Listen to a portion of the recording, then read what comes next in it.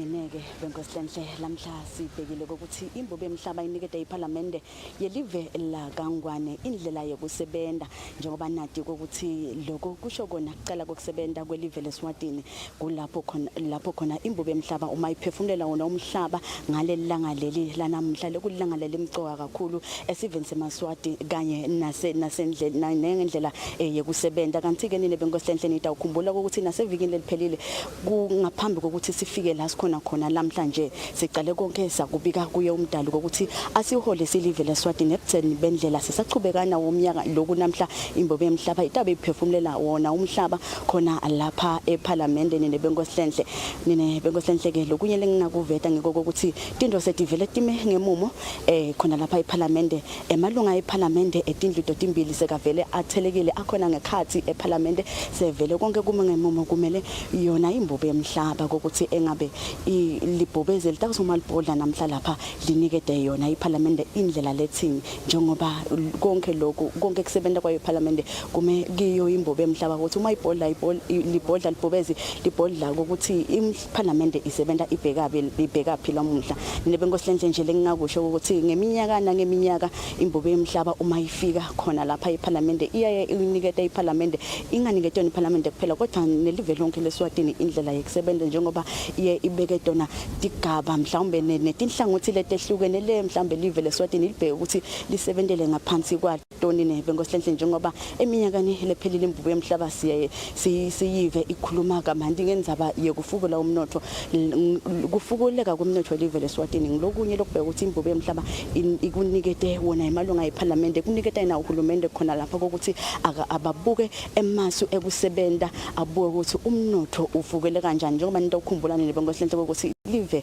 embeleni libhekene nawo umnotho lontengantenga ngongasiyo lona live leSwatini kuphela kodwa umhlaba wonke empeleni njengoba ndawukhumbula ukuthi eminyakeni leyendlulile live leSwatini nemhlaba sibhekene nemkhuhlane weCovid-19 longakabheki nje mhlawumbe kunye kuphela kodwa ukhinyabete tinhlangothi letehlukene letifaka kona ukukhinyabeteka kwawo umnotho kanti ke letinye tindzaba lesiye sitibheke uma libhodla libhobezi khona lapha eParliament ngiyo indzaba yokubuketa yona infrastructure selibona ke live leSwatini ukuthi seli empeleni selihambe kakhulu noma thuthukiseni dona takhiwo telive leSwatini njengoba sithi nje nathi noma sita khona lapha sibesihamba imigwaco yakanokusho lokusho nokuthi live leSwatini solo liyetama hulumende uyayibambisa imbobo emhlaba ukuthi mhlambe tinhlelo letisukunyiswa tisukumiseke empelweni tibe ngiletho leteba impumelelo futhi kanti ke nje ngingakahamba isigaba lesingakanani ndawo usho ukuthi sisekhona lapha eParliament ekungeneni njengoba nami ngingabena lelibhande nali imithetho yekuvikela kwanza komkhuhlane weCovid-19 ilandzelelekile njengoba nakungabele kusho kona ukuthi ngindlulile kibo bona betempilo bangicilonga bakhanza ukuthi ngifanele ukuthi ngingangena ngekhathi eParliament ngikhone ukuthamela lona libhobezi noma sona silo semhlaba uma siphefumulela wona umhlaba khona lapha eParliament kanti ke lokunye lokucikelele kakhulu njengoba nitawukhumbula ukuthi kuphepha nekuphila kwaso sive seMswati kusenhlitweni yawo emakhosi sikene nebenkosihle sisekhona lapha eParliament ngishita phambilini kokuthi emalunga eParliament sekavele akhona ngekhathi eParliament kanjalo nandvuna nkulu welive nalo lonke nje libandla letindvuna tembuso njengoba ngishito kokuthi leli lilanga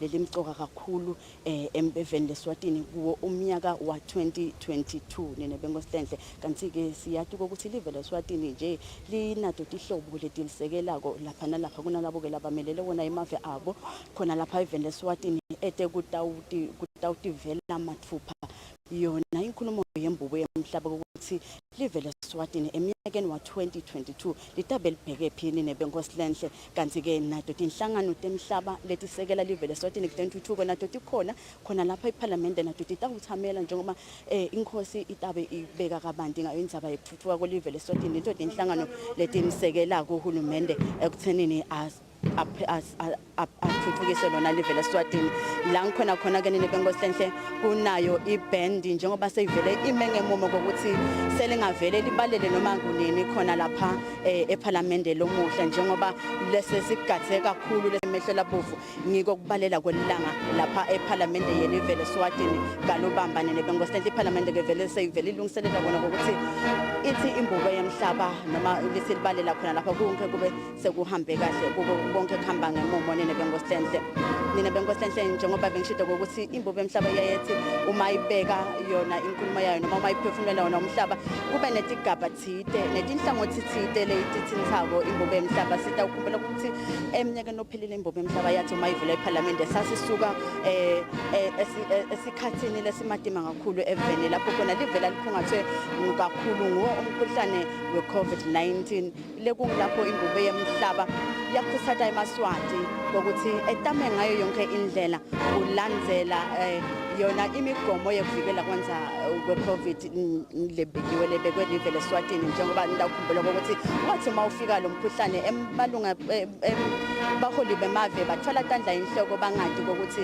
empeleni batawuthathani bayibhicenani kodwa leSwatini sitawukhumbula ukuthi lavele lahlangana lapha esontweni lesive njengoba konke sikubaya kumdali kuthandazela live ukuthi kusesebhekene nalenkinga lenkulu nakangaka nalekhinya betalive kakhulu etinhlangothini etehlukene asibeke konke kumdali nebengosentla takhumbula uthi phanyaka nophelele imbubo emhlaba isakhuluma ngayo indzaba yeCOVID yaphindze futhi yabonga konke kusebenza itempilo kanye na onke nje emaqhawe bekasebenza ku front line ngidothe indzaba yeCOVID una ufika lo mkhuhlane yababonga bonke yaphindze futhi yabanikeza dloloqina yabanimisa nesibindi ukuthi abachubeke bayibambe basebende basekele live bawasekele emakhosi njengoba live lisakhungethwe ngiwona umkhuhlane imbubo yemhlaba ke yaphinde futhi yaveta nokuthi live noma uhulumende wetama ngayo yonke indlela nokubuka ukuthi financially iCOVID-19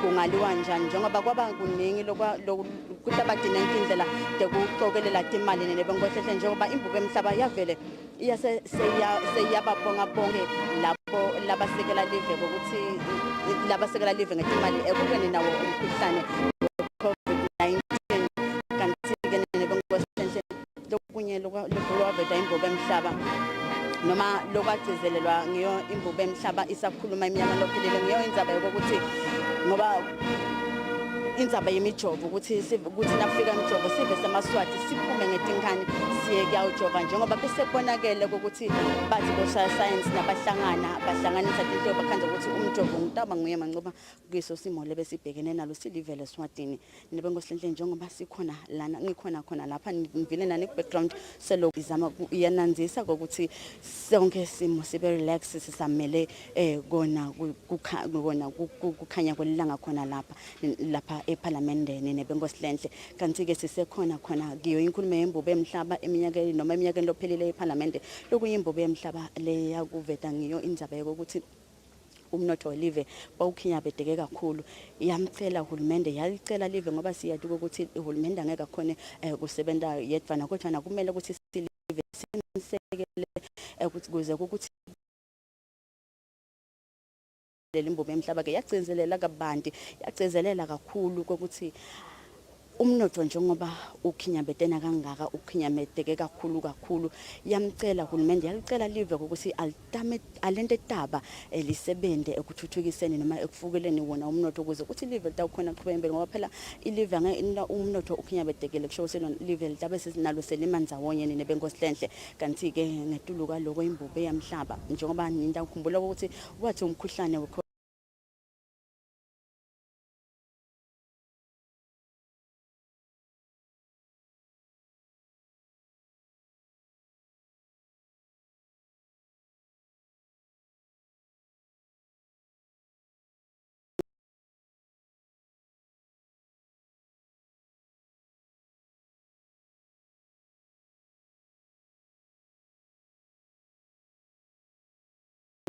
kucatululekile bafundi bakhona kubuyela esikolweni njengoba nanyalo bafundi babuyele esikolweni nebengosentla nitawubonile emavikini laphelile bafundi babuyele esikolweni solo yimitamo yakhe uhulumende ngekubambiswa ngilo live leSwatini ekutheneni konke lenikota kona imbubo yemhlaba kuvele kusebenzeke ngendlela nebengosentla njengoba naku batali bajabula nabafundi bajabula ukuthi nabantwana sebabuye esikolweni nebengosentla kanti ke kunye imbubo yemhlaba liyaye ikukhulume ngiko kukhuthata kona kuphakamisa tinhlangothi letehlukene ngoba siyathi ukuthi uhulumende wakheka ngatinhlangothi nangematiko lahlukahlukene amatiko ke ngehlukahlukana kwabo ke siyathi ukuthi afake ekhathi litiko letekuvakasha nitawukhumbula nebenkohlanhle ukuthi esikhathini lesengcile kulesimo lebesibhekene nalo silive lesitini tekuvakasha nato dibengiletinye letikhinya betawo watise ukuthi tekuvakasha tinguletinye letifaka sandla lesibandi ekuthuthukiseni umnotho welive Eswatini njengoba imbube emhlaba ihlale ikhuthata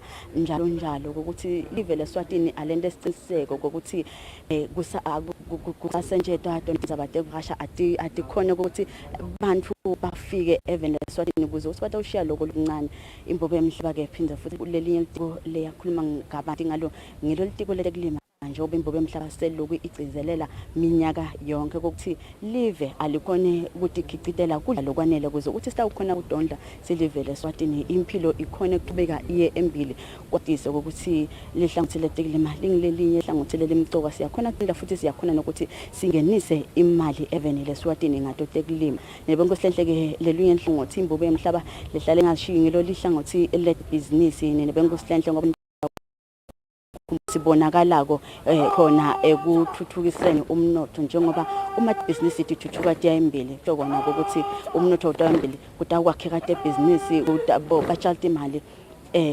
batawukwenza even leSwatini kanjalo futhi nemathuba emisebenzi nawo atawukwakeka njengoba nalo lolo hlangatho imali yengcingwane leyo imcoka ekuthenini imisebenzi yakheke even njengoba sinita ukhumbulane nebenkohlenhle ukuthi eminyakeni lephelile uma live lihlaselwa ngomkhuhlane weCovid-19 temisebenzi itabangletinye letikhinya betho khona eMswati lamaningi alahlekelwa yimisebenzi njengoba tinkampani nemafamily amaningi aphocelela ukuthi avalo kwathenga ukuthi rechange disebenzi le eMswati lamaningi akasakhoni kuyisa sandla lonyeni kanjalo nabo kusoma business baMswati nabo basesebakhinya betika ngoba kwathi uthi bavale imali yaza ayisangeni kwakhinya kedabo soma business kwakhinya beteka live kwaphinza futhi kwakhinya beteka nato disebenzi njengoba isebenzi yalahlekane nebenkohlenhle kanti ke benkohlenhle ke sisekhona lapha eParliament noma njengoba imbube emhlaba ibheke ukuthi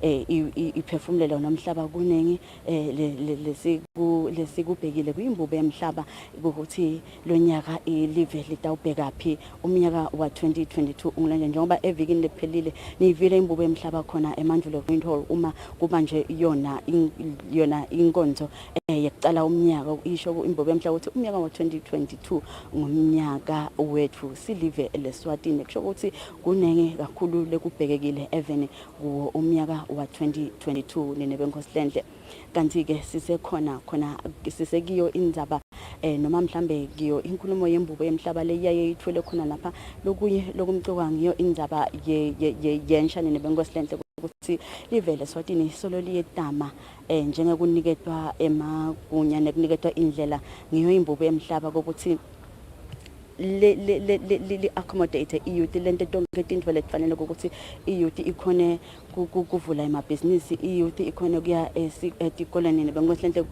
lokho ngilokunye lokumcoka ngoba nje ndawukhumbula ukuthi youth mhlawumbe ngulenye population lethe cha even leSwatini kanti ke nebenkohlenhle njengoba ngikhona lapha lamhla nitawudibonela nani kusaqhubeka wona umsebenzi ngakhathi eParliament njengoba ngenjwayelo imbube emhlaba iyaye ifike khona la ngakhona khona nebenkohlenhle leko ngilapho khona imbube emhlaba iyaye imukelwe ngayo ingoma yesive nebenkohlenhle bese seyivele ihlola wona umbutho bese ke sevele labafanele bavele bayayimukela noma bayingenisa ngakhathi eParliament leko ngilapho khona ngakhathi eParliament sibhekele ukuthi njengoba konke sekubika kuyo umdali sibhekele ukuthi selotawuvula umthandazo kanti ke sibhekile ukuthi nalo ngangaye mengameli wetimpunga khona endlini etimpunga naye empungele wona emakhosi khona lapha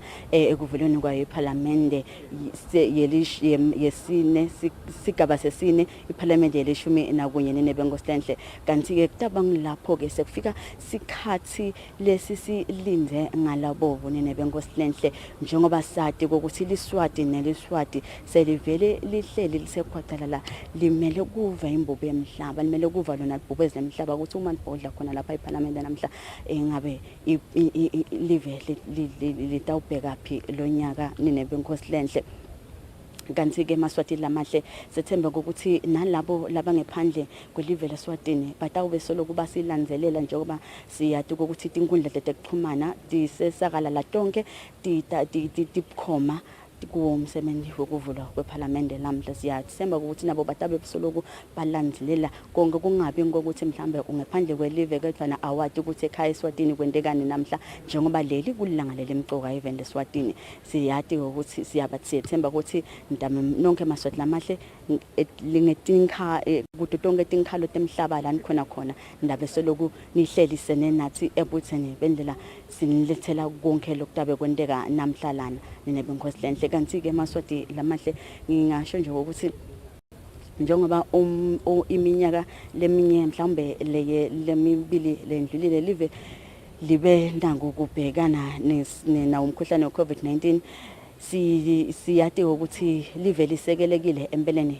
kakhulu lisazitama ngayo yonke indlela kulwa nawo umkhuhlane weCovid-19 lisekelwe ngiwe Mswati ngekwehlukana kwawo ukuthi lifike la khona namhla la njengoba siyathi ukuthi mhlawumbe ngiveta ngane indaba yeCovid-19 kodwa sitakhumbula ukuthi iCovid-19 kube ngilokunye lokulikhinya betako empeleni live leSwatini kakhulu etinhlangothini letehlukahlukene nebenkosi lenhle njengoba iminyaka emibili lendlulile ayikabe ngiminyaka mhlambe lesihambela kahle silive not silive kuphela but singumhlaba wonke nebenkosi lenhle. Kanti-ke ngidawukusho nje ukuthi njengoba live njengoba umhlaba ubona ukuthi eMswati aphuma ayojova emave la njengabondiya ngilama imave la khonele kusisekela silive ukuthi sikhone ukuthola imijovo ngaphandle kwaleli leta khona ukuthi eMswati akhona ukujova kuvikela wona umkhuhlane weCovid-19 nebenkosi lenhle. Kanti-ke siyathi ukuthi tibeti ningene timiso letibekelwa kona kuvikela umkhuhlane weCovid-19 nebenkosi lenhle.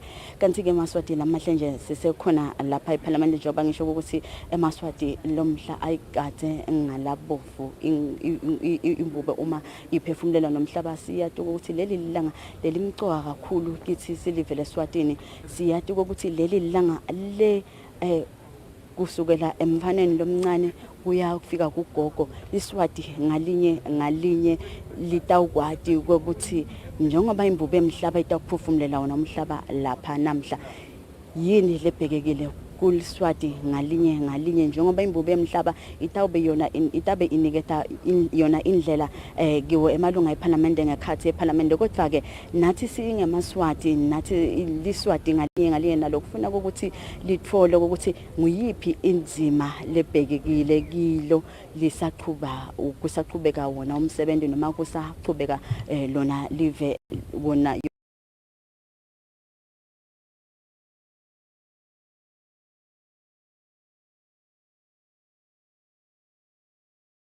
Kanti-ke ninebenkosi lenhle njengoba sikhona lapha nje ngingasho ukuthi nguloyo naloyo njengoba ngishilo ukuthi uyathintheka letinhlangothi ngishithana phambili ukuthi hlukana letithinthwa ngiyo imbobo yemhlaba khona lapha ngekhathi eParliament njengoba inkulumo imbobo yemhlaba ikhongetela cisha mhlambe tonke tinhlangothi letibheke ukuthi tisebende timikise live leSwatini embili tinhlangothi letibheke ukuthi mhlawumbe tisekele live leSwatini lisaqhubeka nawo umsebenzi. Kanti ninebenkosi lenhle engathi sevele tinto sevele timengemumo khona lapha selivele liyabalela ninebenkosi lenhle eParliament yelive leSwatini galobamba asesibone ukuthi engabe kwendekani.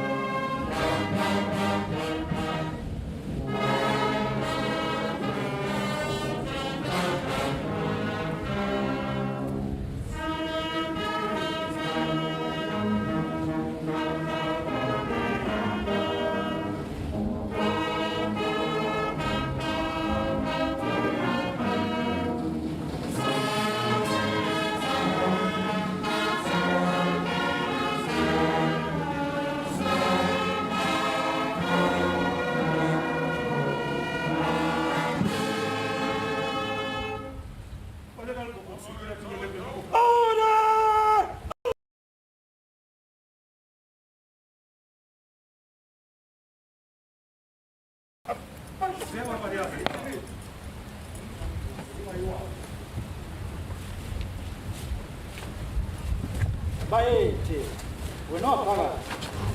Si los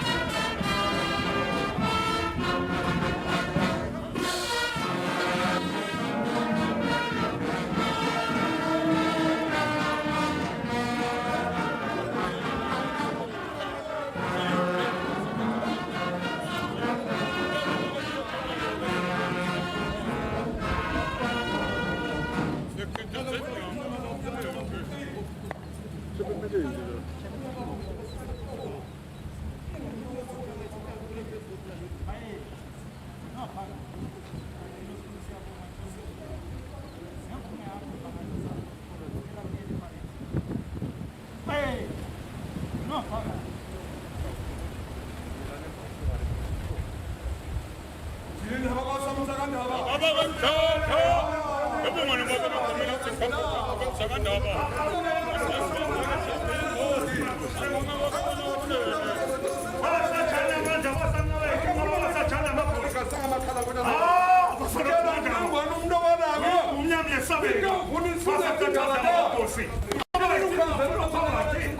ubalekela. Ngabe loo nto ngangekwenza umnyama yesabelo. Ufuna labe mungaba. Basha abantu bashele endlini msakandaba. Unophaka. Royal salute! Present!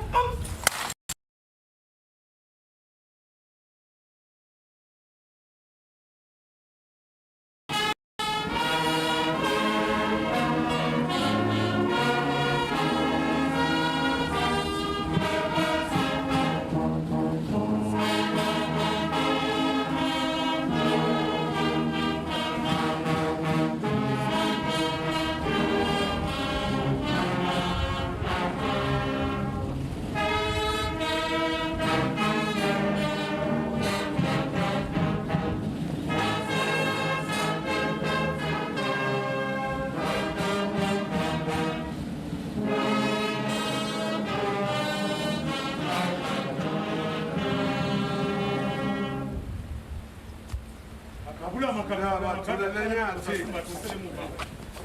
Mana njalo mlisa. Kunesilwane. Ijosi liyababa liyaheha. Sabela shalo umnyama bafisa bakulayita. Order!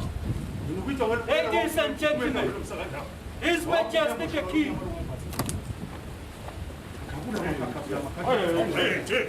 Unophakathi ngangezinyawo.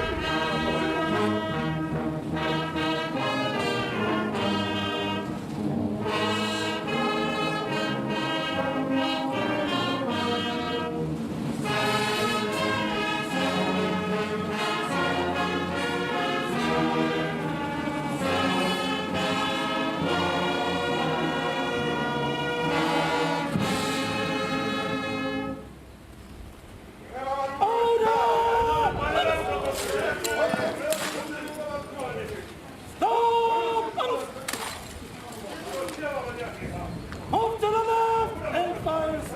Move to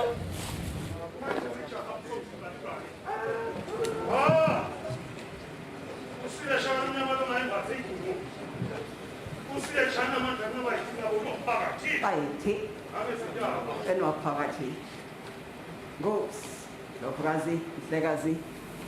Your Majesty, I humbly request permission to invite the Reverend who will open for us in a word of prayer, Reverend Petros Kumalo from Free Evangelical Assemblies. Bayithi enwaphakathi.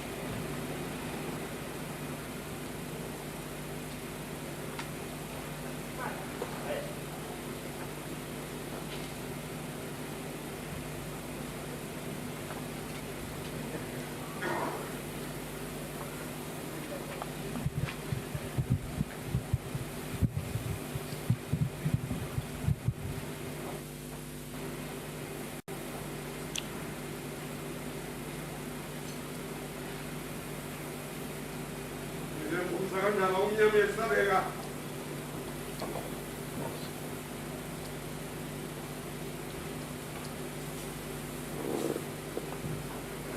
Igama lenkosi lengiyo ingaba ophephe lakhona uyaku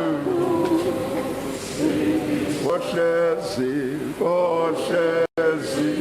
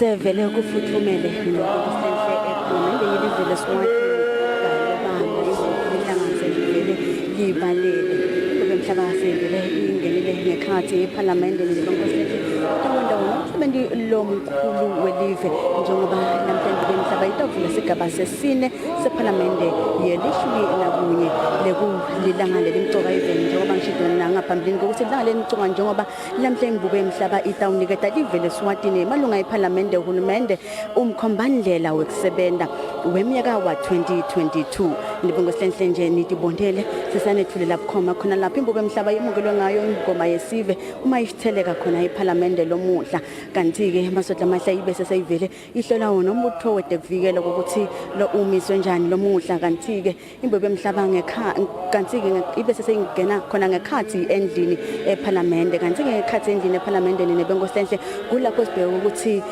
lo msebenzi namhla uvulwe ngomthandazo abantu awukhumbula ukuthi thina silive leSwatini konke lesikwendako sibeka umdali embili masodla amahla ke sesibone ngekhathi eParliament ukuthi kuchubekani sale sekuyathandazwa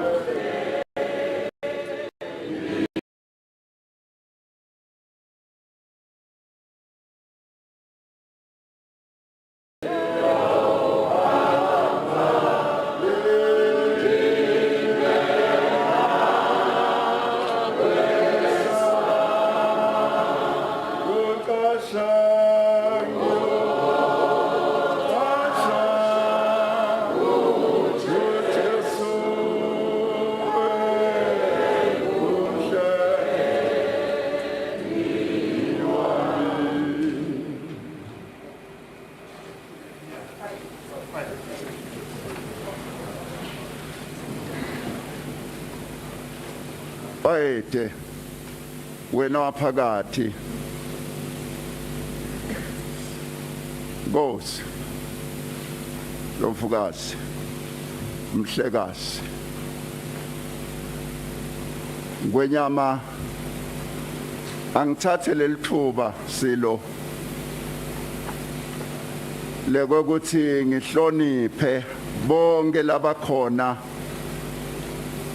kulomhlangano nalomsebenzi wekuvulwa kweliParliamente namhlanje egameni la Jesu inkosi yethu amen Wena Kala njalo kumthokozisa uNkulunkulu lokuthi nathi sondela phambi kwakhe lithathe ithuba lokuthi bekhona ukubongela kuye ngokuthi simkhulumise simbonge sibalathandazi wenyama ngekuvunyelwa nguwe ikawukapune magama lambalwa encwadini lengcwele lesiphiwe nguNkulunkulu incwadi yamaHebheru kahle ngoselishumi nambili inzima ngeyesibili isimo la kuthiwa khona ingayende yekuqala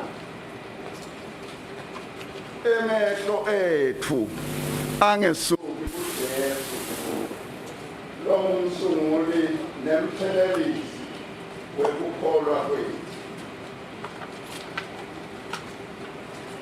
silo ngithi kuyangithathe lamagama lamafisha bese ngethula ikhombane letimqoka letingaba lusizo lokuthi sive seMswati njengoba sihlangana la singaba nendlela ukuthi siqhubeke sibambelele kuleli khombane yini kuthiwe emehlo ethu angesuki kuJesu yimela sive seMswati ukuthi lokuthi kuthiwe akangesuki emehlo kuJesu nguloke kuthi Jesu uyakwazi ukuqala ayiqhube into ezifika emaphethelweni bonke labayawumbuka bayakumfunda bese bayenta nabo ukuthi baqale impilo bathikube lifike emaphethweni.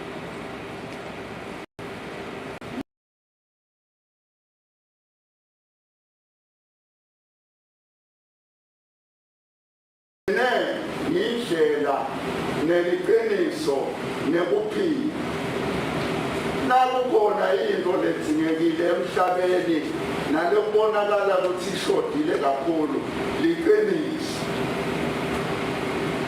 Sive seMswati uma besingaphakamisa emehlo kulowo nalowo abuke Jesu besingahamba eqinisweni sihambe ekhanyeni impilo ibe mnanzi imthokozise uNkulunkulu wasezulwini.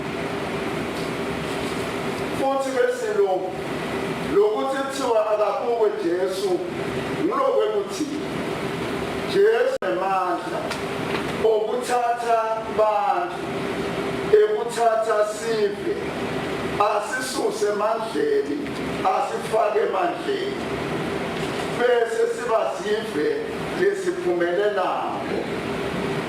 Ito ukuthatha silo ukuthi wonke Mswati akafinyelele ekuthenini kusavulwa nje leParliamente kulowo nalowo athi emehlo ami akangesuki kuJesu ngoba yena ungumqalisi nemphelelisi wetipho. Sekushilo lamagama silo ngacela ukuthi sibane sithandaze sisonzele enkosini emakhosi ake sithandaze. Babe longcwele wena lophila phakathi naphakathi wena lome ulusito lwethu nenqaba yethu ngetikhathi tonke tempilo isondela kuwe Nkosi sinekubonga thina sonke lokuthi usenkele lomusa wekuthi siphile sibone nalalanga lelihle lesinalo. Sengiyathandaza Nkosi ngoba kulilanga lapho kutawentiwa khona umkhombandlela wekuthi live libhekaphi lonyaka. Siyathandaza Nkosi lengcwele ukuthi usakhulunywa emandla akho lamakhulu aye ende kubanjelelwe kulowo mkhombandlela kuze sikwazi ukuphila kahle. Thandazela ukuthula uNkulunkulu uNkulunkulu wekuthula. Sithandazela emandla leyaguqula ingqondo lethu sethembele kuwe ngoba kuwe uNkulunkulu wethenjwa.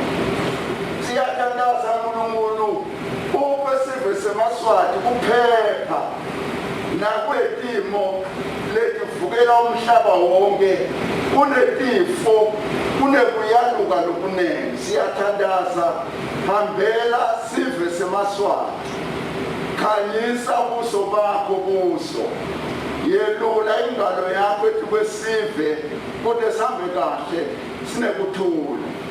Siyathandaza Nkosi siletha umnotho walelive uhlangabeze uNkulunkulu ufukamele kuze kwekhona inqubekela phambili sonke lesive sitoqhubekela empilweni yokuthula empilweni yeqiniso empilweni yekwesaba. Nkosi sibeka lo mhlangano njengoba uvulwa la siyathandaza Nkosi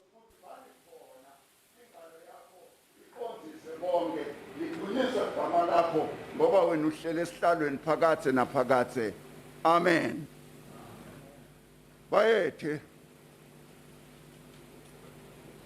wena phakathi Nkosi Dlovukazi Mhlekazi bayethe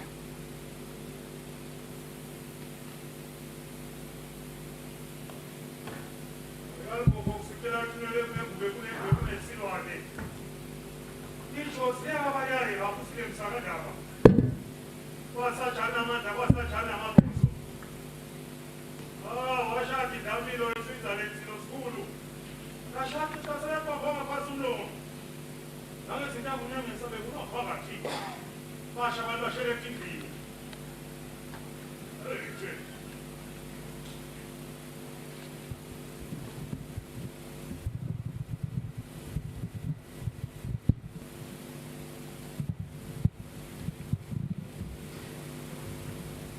Baiti, Wenwapagati. Your Majesty, the King and Ingwenyama, Your Majesty in Ndlovukazi and the Queen Mother, Emma Kosigati, Your Royal Highnesses, Bobabe Tikulu, Royal Councillors, my colleague, the Honourable Speaker, Your Excellency, the Right Honourable Prime Minister, Your Lordship, the Chief Justice, the Honourable Deputy Prime Minister, Honourable Cabinet Ministers, Honourable members of both Houses of Parliament, Your Excellencies, members of the Diplomatic Corps, development partners, judges of the Supreme Court, judges of the High Court, as well as judges of the Industrial Court, the learned Attorney General, Regional Administrator or Region, Your Graces, the Bishops, Parliamentary Service Board, the Clerk to Parliament and Parliamentary Service staff, distinguished guests, members of the Fourth Estate, ladies and gentlemen. Your Majesty, it is my singular honor and privilege to extend, on my own behalf and that of my colleague, the Honourable Speaker, Mr. Petros Mavimbela, as well as all parliamentarians, our warm welcome to His Majesty the King to this inauguration of the fourth session of the 11th Parliament. To our beloved Mother of the Nation, Nkosi Ndlovukazi Mhlekazi, it is an honor and a privilege to extend a warm and unreserved welcome to you, Wenawekunene. Her Majesty is following proceedings via digital platforms. Your Majesty, I kindly request permission that you allow me to welcome following proceedings online and through various digital media platforms. We are gathered here following the successful completion of Imikhosi Elive and the inspiring national prayer service, which have become an indispensable precursor to the commencement of a new session. Their success always gives us hope that the year ahead will be fruitful. Gwenyamandwana, as we begin the session, being the ultimate session of the 11th Parliament, prudence dictates that one reflects on our journey thus far. I hope this will give us the necessary impetus to approach the last mile with remarkable zeal, energy, as well as the urgency it deserves. Gwenyamandwana, following the unfortunate and unexpected onset of the COVID-19 pandemic and its devastating consequences, the immediate and most urgent task of government has been to revive the economy of our country. Parliament was instrumental in creating the enabling environment with appropriate and effective measures to steer the economy in the right direction and to bring about some semblance of stability,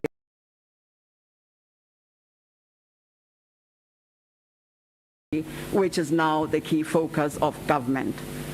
At the beginning of the previous session, we committed to His Majesty the King and the nation that Parliament will continue with and conduct its business despite COVID-19. I'm pleased to report that innovative measures enabled us to conduct virtual and hybrid meetings. This also ensured that Parliament continued to exercise oversight over Cabinet through motions and questions in the respective chambers. We were able to fulfill our international and regional obligations. We are grateful to our development partners and various stakeholders for their contributions, which ensured that such initiatives were possible. Your Majesty, it is worthy of note that Parliament successfully passed 13 crucial bills during the preceding session. Your Majesty, despite COVID-19 in all its various guises and mutations, your government continued to respond with appropriate and effective strategies to counter its adverse consequences. The impressive and decisive management of the pandemic helped to ameliorate the adverse outcome of the scourge such that it did not have the catastrophic impact that was initially predicted. As Parliament, we are deeply indebted to His government for acquiring and rolling out vaccines that have gone a long way in saving people's lives. When our Pagati, We unfortunately cannot forget the dark cloud that engulfed us as a result of the civil unrest where we experienced elements that are foreign to the core of what represents Mswati. As Parliament, we did not advocate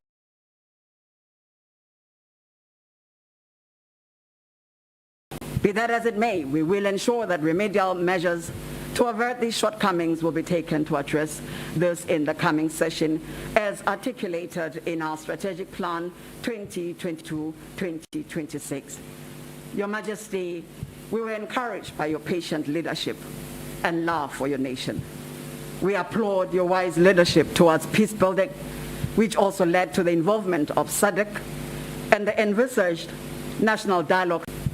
We also extend our appreciation for your insight and wise counsel in establishing the Reconstruction Fund that was created as a response to the unfortunate events in order to lend a hand to the business people who bore the brunt of the violent damage to property during that period. Sitsibayete wena waphakathi. Your Majesty, whilst we acknowledge the dynamics of a modern society characterized by very high standards and high aspirations, it is my humble and considered view that our society has, from time immemorial, been capable of addressing all its challenges through constructive and peaceful means. Therefore, the core values of respect for elders, inhlonipho, respect for one another's dignity, buntu, tolerance, non-violence, unity, have always displayed our basic identity as Mswati. Regrettably, in our modern society, these time-proven values that give us our unique identity are under threat. The continuance of these values, as well as the uniqueness of our people, hinges on the truthful conduct of both parliamentarians and the citizens at large. As parliamentarians, we are the custodians of our national independence, self-determination, and national sovereignty. As a result, we are required to demonstrate the utmost standards of integrity, loyalty, and patriotism, particularly allegiance to the throne and to the flag. As we begin the fourth session of the 11th Parliament, we remain committed to the enactment of essential legislation that will support the social and economic development of the country. Parliament's key priority this session is to expedite legislation that will ensure improved service delivery, job creation, and innovation. Special attention will be given to oversight for the Reconstruction Fund. In honor of your wish, Mbangazitha, we wish to bring together all measures necessary to help this country move forward and develop in leaps and bounds. Most importantly, we have an obligation to lead by example in a way that will foster unity in our great kingdom. We are only strong and formidable as a united force, a force that continues to ascribe to the values that make us uniquely Mswati. Hlangaleze iParliamente yakho wena wekunene ingithumile dlaliselwa ukuthi ngithule sipho setingomo letisihlanu letinzathu tembube yemhlaba letimbili tayo indlovu yemhlaba. Mswati, with these remarks, it is now my singular honor and privilege to invite His Majesty to address this joint sitting and the nation and inaugurate the fourth session of the 11th Parliament. Ekuthi thoba lokhulu hlangalweze ngicela iphefumulele iParliamente, phefumulele live, phefumulele nemhlaba kulesicephu sesine kuyo iParliamente yelishumi nakunye. Bayithe wena phakathi inunga ngesindaba.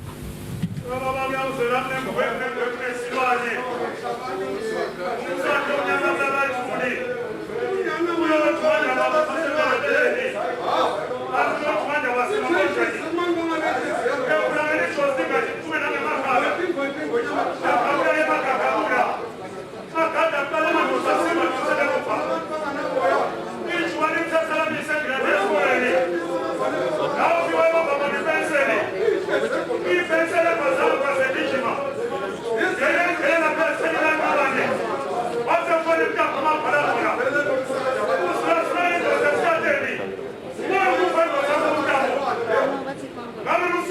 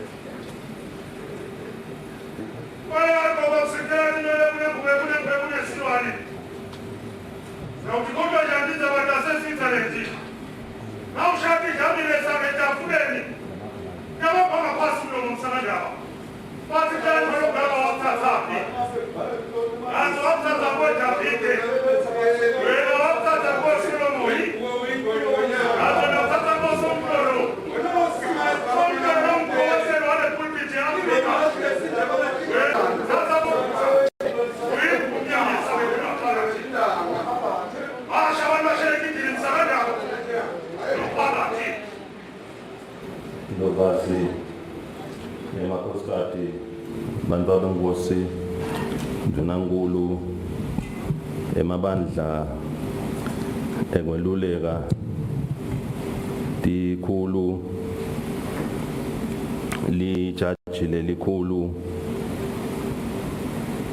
bacondzisi betindlu tetimbili faka umcondzisi wendlu yesibaya sikhulu nendlu yetimbunga lo sekele Ndvunankulu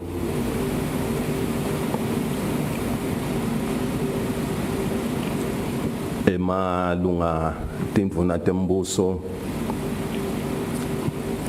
emalunga lamele emave kuleli timenywa letibalulekile emalunga onke etindlu totimbili teparlamente timenywa letibalulekile nanonke bekunene sindvusele eparlamente bekunene.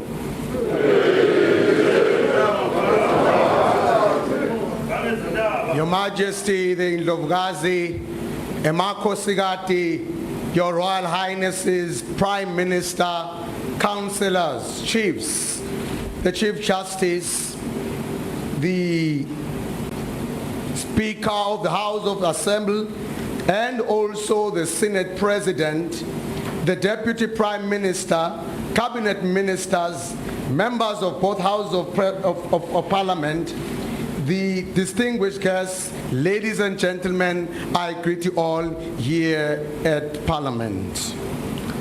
Bekunene singakaqali sitawusatsa lethuba lekubonga tindlu njengoba tindlu totimbili tethule titfulo sisi siyabonga kakhulu kwanzela nitsitse khona bekunene.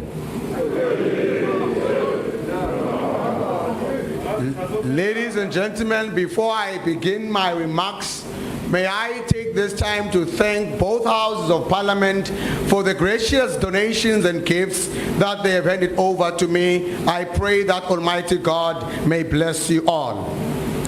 It is a great honor to be with you here today for the official opening of the fourth session of the 11th Parliament of the Kingdom of Eswatini. Kuyinvokoto lenkulu kimi kuba khona lapha kulomsebenzi wekuvula ngalokusemthethweni kwalesiqephu sesine seParlamente yelishumi nakunye yelive laseSwatini bekunene.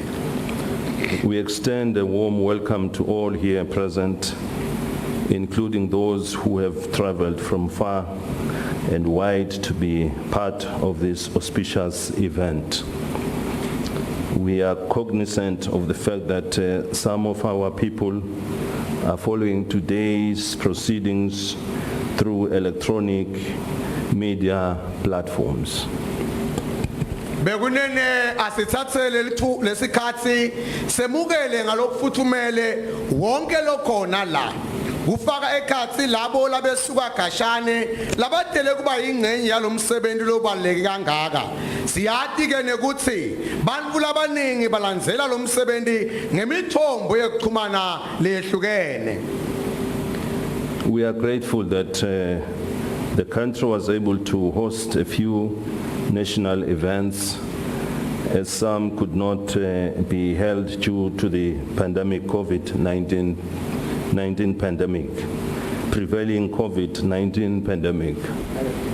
Kuyasithokozisa impela lokuthi live likhonile kubamba imikhosi yelive lembalwa ngoba lemningi ayibanjwanga ngesizathu salomahazane we-COVID-19.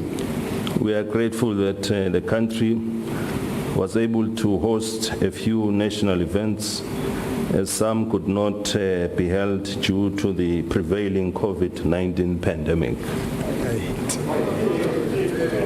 Kuyasithokozisa impela lokuthi live likhonile kubamba imikhosi yeliva lembalwa ngoba leminingi ayikabanjwa ngesizathu salomahazane we-COVID-19.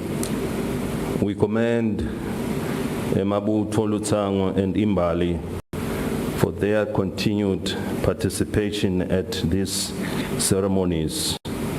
We were particularly impressed to see one of the highest ever attendances at the Ingwala ceremony, making it a resounding success.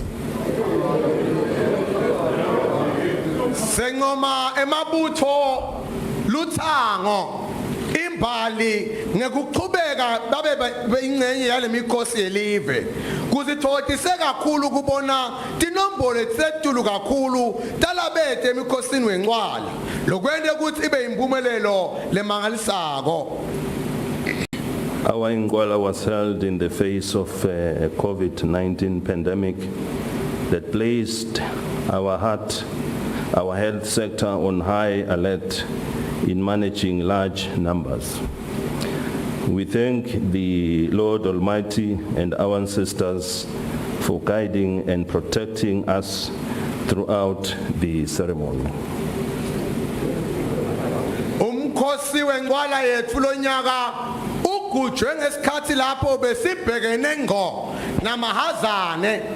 Litiko letempilo belime mantondolwane liqaphelisisile kwatise phela ukuthi libutho belibulala inyoka. Siyambonga mvelinganti nemadloti kusikonzisa nekuzivikela waze waphela lomkhosi. We must commend the health workers and all the support staff for coming out in full force and working tirelessly to ensure that precautions were being observed. Singomanga lokusetulu tisebenzi teltiko letetempilo nabo bonke labasebenta nabo ngekuphuma ngetingani basebenta ngekutikhandla kwenta siciniseko ukuthi tinyathelo zokutivikela tiyalandzelwa. Everybody present was tested, while many people took advantage of the opportunity to get vaccinated, myself included. I am here today proudly inoculated and as healthy as can be.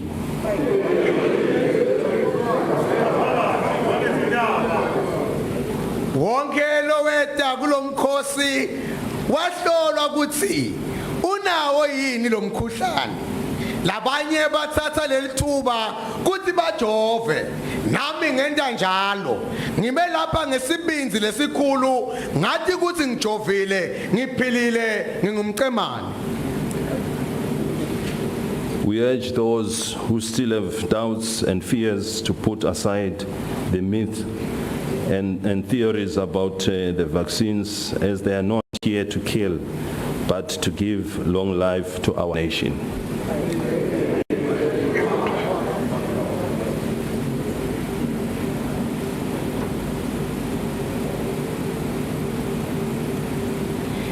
wonke lowethu kulom right bekunene anginxuse bonke labasangatsita ngekwesaba kuthi babeke eceleni izinkulumo letethusako netindzaba letingasito etindzabeni temjovo njengoba awuketeli ukutawusibulala kepha ukutawusipha impilo lenze sisive. The country has a long way to go in reaching her vaccination target, as only 28% of the total population is vaccinated. Bekunene iseyinze impela indlela lekumele sihambe kude sifinyelele emgomeni lobhekekile wekugomela lo mahazani ngoba kungunyalo tibalo tikhomba ukuthi ekhulwini bangemashumi lamabili nesiphohlongo lesebagomela umkhuhlane eveni bekunene. As the nation adapts to new normal of living side by side with COVID, let us learn from the lessons of Ingwala on how to ensure safety of participants in large gatherings so that we can soon get back to normalcy. COVID is not going anywhere, so we need to learn how to live with it. Sive sisancibilikela lempilo yethu lensha yokuphilisana 19 asifunze kuletinhlelo tentiwa ngenqwala kuthi wenda njani kuqinisekisa kuphepha kwalabetile emcimbini lobuthanisa ticuku tebantfu kuze kuthi kutawuphuthumiseka kubuyela empilweni lejwayelwe nguwonke wonke sekubonakele bekunene kuthi lo mahazane akatsinyisi ngako thina sifunzeni ukuthi singaphilisana njani naye. Let us also use the Ingwala experience at upcoming national activities such as Makadu and Good Friday, among others. We are now more experienced in preventing infections. Bekunene sales hamba ngalolunyawo besilubambe ngemkhosi wenqwala nasigubha lemimikhosi yelive lonyaka lefaka ekhatsi emaganu nemkhosi wephasika naleminye kusobala ukuthi sesifunzile ukugwema lomkhuhlane kuthi singathelelani. Though that the worst has not passed us, we still need to remain vigilant. Asekwayise sive bekunene kuthi awukathuthi lomkhuhlane ngakho asihlale ngenkombe bekunene. The ceremony was further blessed by the rains that have been falling consistently since Ingwala. They are much needed resource for the country's plans to improve her agricultural output. Ingwala yalonyaka iphinzi yabusiswa dimvula letesolo taqala nayikala. Letimvula tingumcebo lodzingeke kakhulu ekuthuthukiseni imikhiqito yetekulima. We should take full advantage of these rains by harvesting the water for irrigation, which is vital if we are to meet our food self-sufficiency targets. Bekunene kumele sisebenzise lelithuba laletimvula kahle ngekuthi sivimbe lamanti siwalondvolote kahle kude sitawukhona ukuthi sinise letilimo tetfu kude sikhone kufeza umgomo wekukhiqita kudla lokwanele. At present, we still fall short of this goal, but we remain encouraged by the current rains. Wanyalo bekunene live libonakala lisalela emuva ehlangothini lokudondla kodwa letimvula lechulukako tiyasekhuthata bekunene. Farming has not been easy for some, as tractors were unable to plow the fields, but tilling in other areas was not hindered. Siyathi ke bekunene kuthi kulima kube madima lonyaka ngoba tigulumba betiphathwa emasimini kwangakhonakali kulima sesibonga ukuthi kuletinye tindzawo kulima akavimbelekeki. The rains also bring to light the need for the construction of more dams to preserve this water for use in subsequent years where we could be faced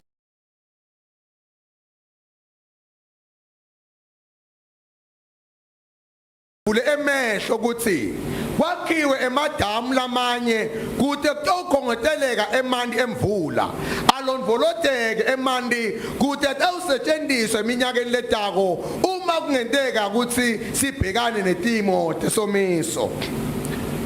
We are, however, concerned about the negative impact that the above normal rainfall has had on our roads and bridges, causing an inconvenience and all road users. They have also affected the structures of people's homes. Ukhathatha kwethu ngiko nje ukuthi letimvula letikhuluka ngalokungakavami tinemithela lomubi emigwaqweni nasemabhlowini elive kuphinde khinyabete bonke bashayeli betimoto nebasebenzisi bemigwaqo letimvula tendlule tabanga umonakala nosemakhaya ebantfu bekunene. The estimated cost to repair damages caused thus far is in excess of 150 million. Emalangeni. We can assure the nation that government and its agencies have developed a comprehensive maintenance and rehabilitation program to restore normality as soon as reasonable possible. Bekunene lo monakalo obangwe timvula ulinganisele emalini lengakwe tigidzi netilikhulu nemashumi lasihlanu semalangeni.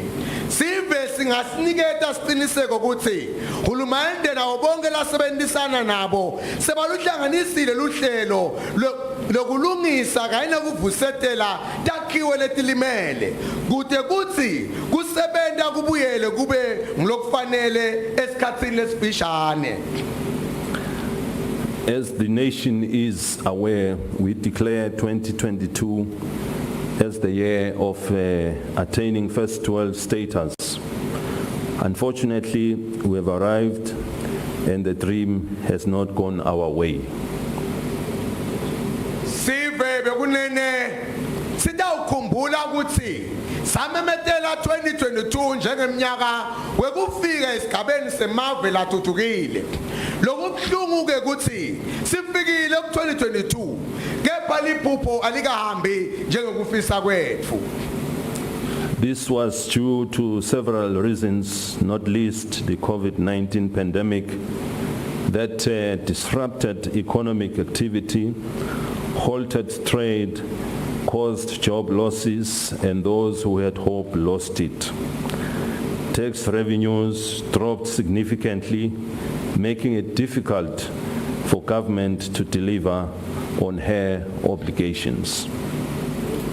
Lokhu ke kubangele izathu letisabalele ikakhulu nangimahazane nangu lophatamise kusebenta kwemnotho wamisa tekuthengiselana bantu balahlekelwa imisebenzi lebelethemba lashabalala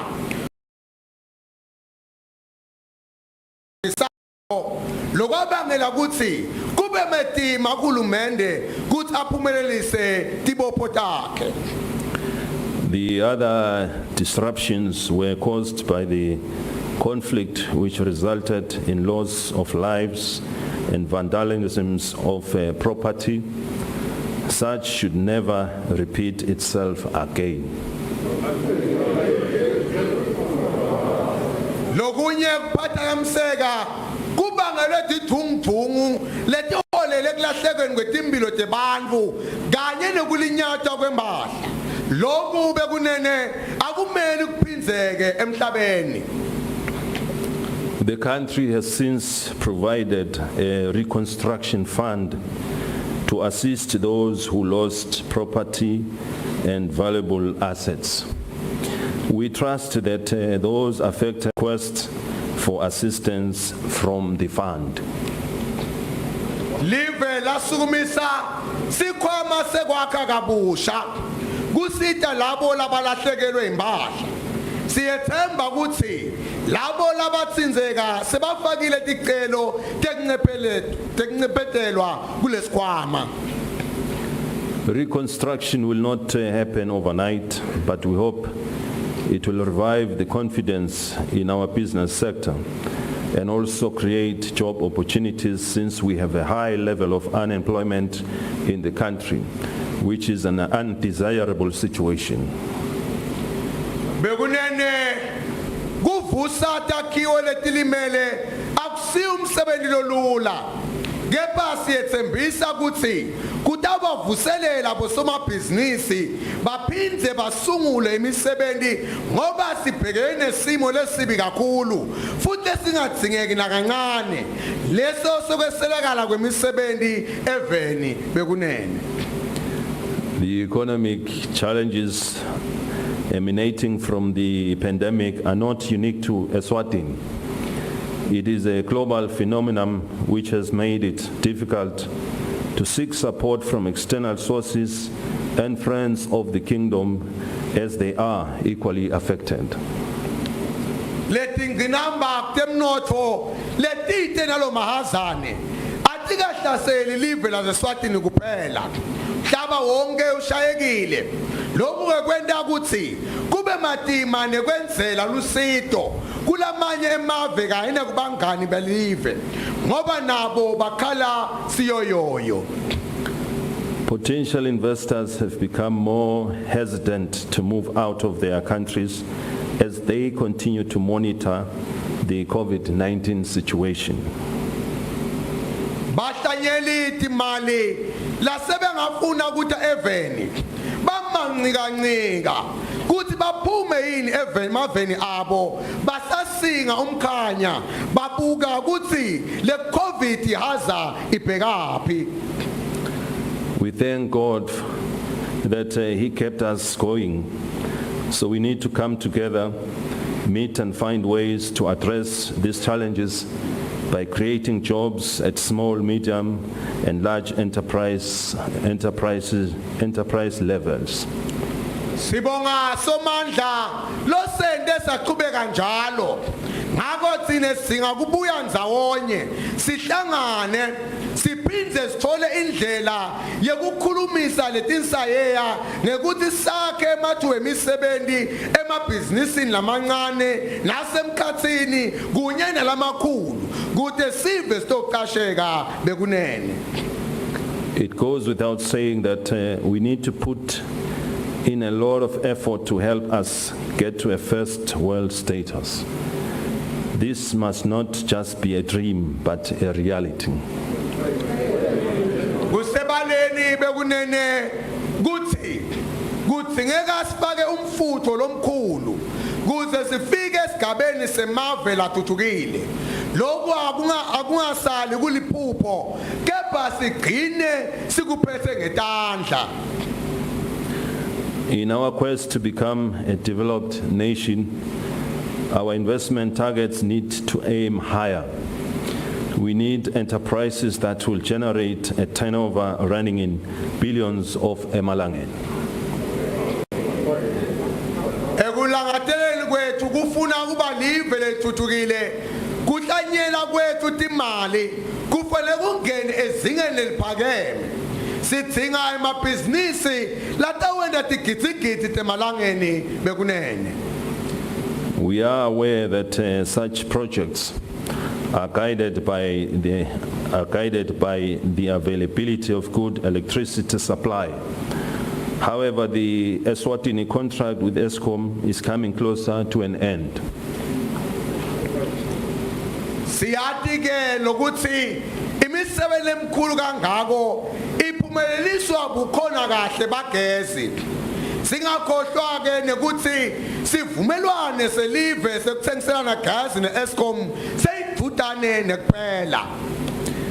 It is important it is important as a Mswati that by the time it elapses, we would have become energy independent.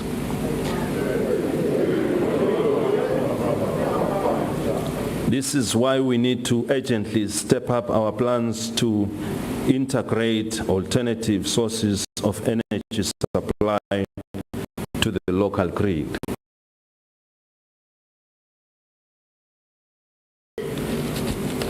Kuthi kuphela lesivumelwane sekuthengiselana kusikhande sesitikicitela gas lowenele. Yingakho kumele sigijimise emapulani ethu yokukhicita gesi ngaletinye tindlela. It is for this reason that we are looking to the thermal power project to generate electricity locally. We are aware that the global community is coal-generated power. Kungaleso sizathu bekunene live libuka ekuphehleni gesi ngemalahle. Siyathi nekuthi tive temhlaba tibuka indzaba yokuncamula kuphehla gesi kusetshenziswa emalahle bekunene. This compels us to rely on experts to help put in place the available technology that is able to minimize the impact of emissions to the environment.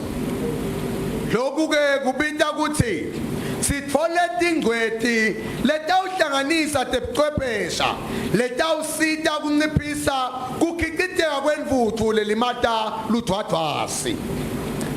We also need to maximize on solar energy as well as wind turbines and explore natural gas options. Hydropower generation can also make use of the abundant rains. Put together, these projects ought to play a critical role in the resuscitation of our economy.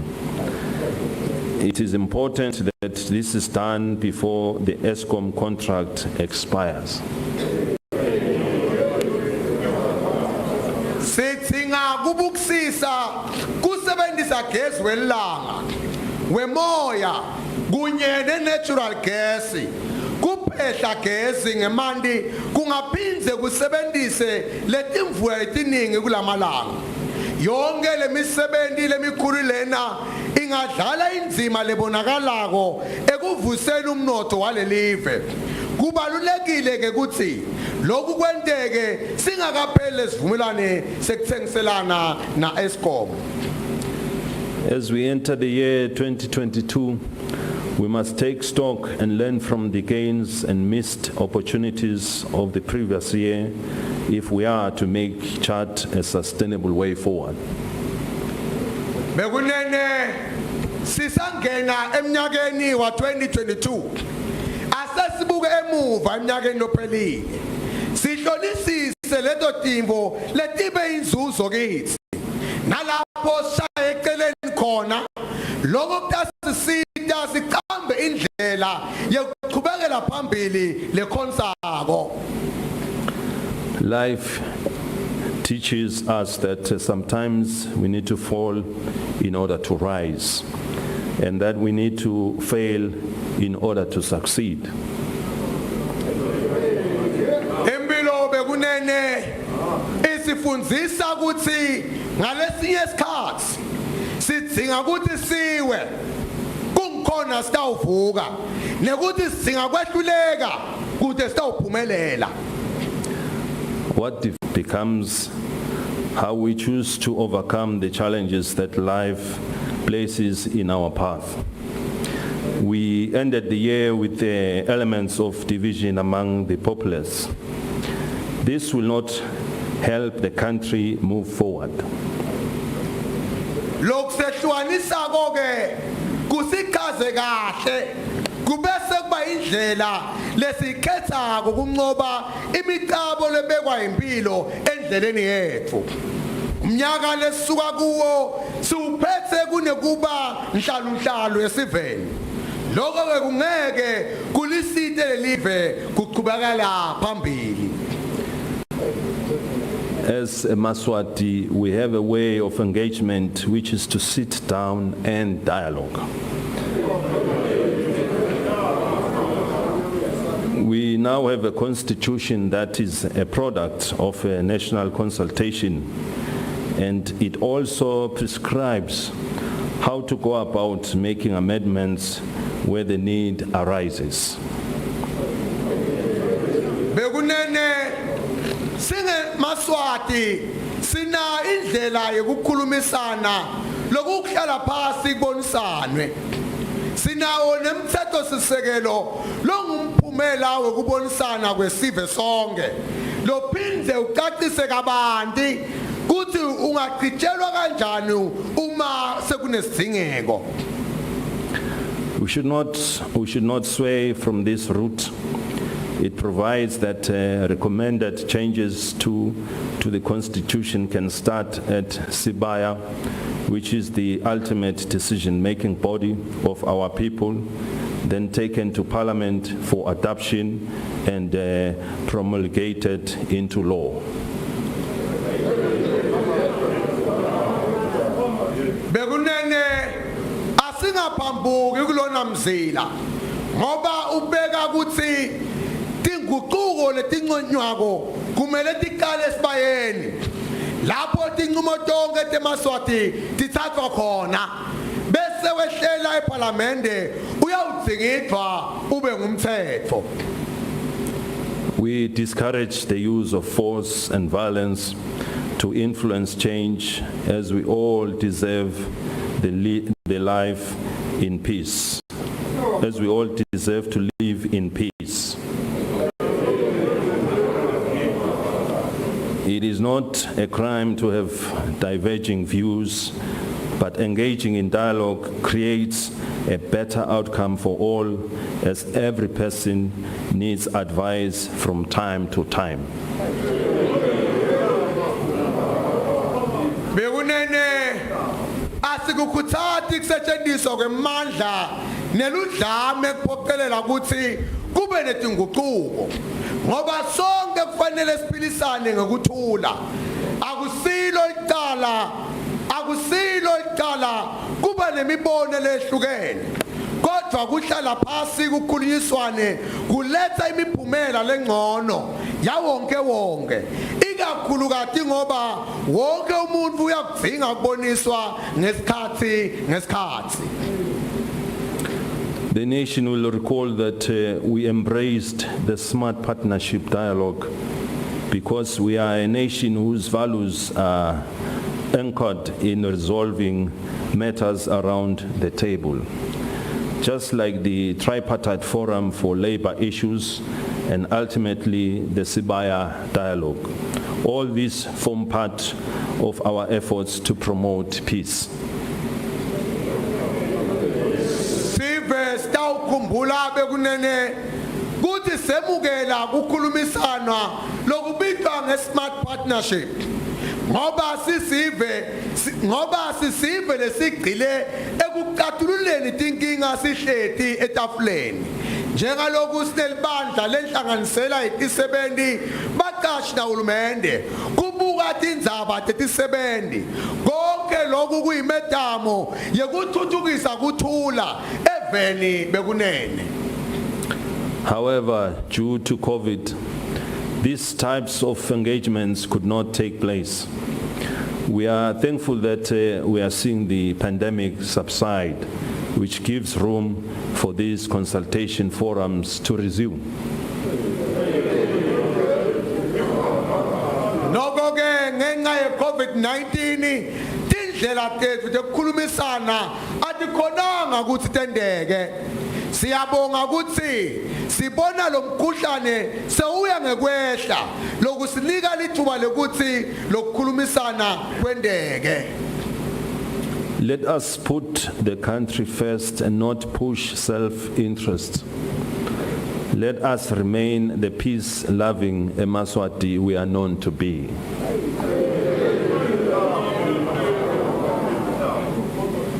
Asibeke live phambili kwengati fiso tethu asiqhubekeni sibe ngulamaswati lathanza ukuthula njengaloku satiwa kanjalo emhlabeni. We must return to the principles imparted to us from our predecessors. This country would not be what it is today if it were not for the ways of life we inherited from our forefathers. Bekunene asibuyeleni emigomeni yelunyawo lesalithatha kulabasendvulela. Lelive leli ngaba lisiko loku lelingiko namuhla. Kube ngabe asithathanga tindlela tekuphila lesatimunya kubokhokho mkhulu bethu. One of the significant learnings from the disruptions to the economy and schooling the past year was the important role ICT can play in our development. Gonye bekunene lokugamile lesiphumenako kulokuphazamiseka etindzabeni tetemnotfo kanye netetemfundvo kulomnyaka lophelile. Kube inzima lebonakalako lengadlalwa tebuchwephesha ekuthuthukeni kwethu.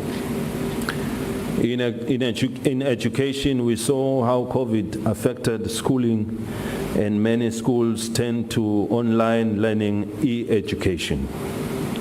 Kutemfundvo sibonile ukuthi lo mahazane utiphakatamise kanjani tikolo. Lokhu kwasekuholela ekutheni tikolo etinengi tiguqukele ekufundzeni ngetebuchwephesha lokuthiwa i-e-education. This is a norm in modern societies where exercise books are being phased out and learning digitalized. We are also seeing ICT being used in what is called e-medicine. Lokhu bekunene kwetayelekile emaveni lathuthukile. Lapho khona sekwabekwa eceleni kusetshenziswa kwemaphepha. Kwangena tabongqondo mshina.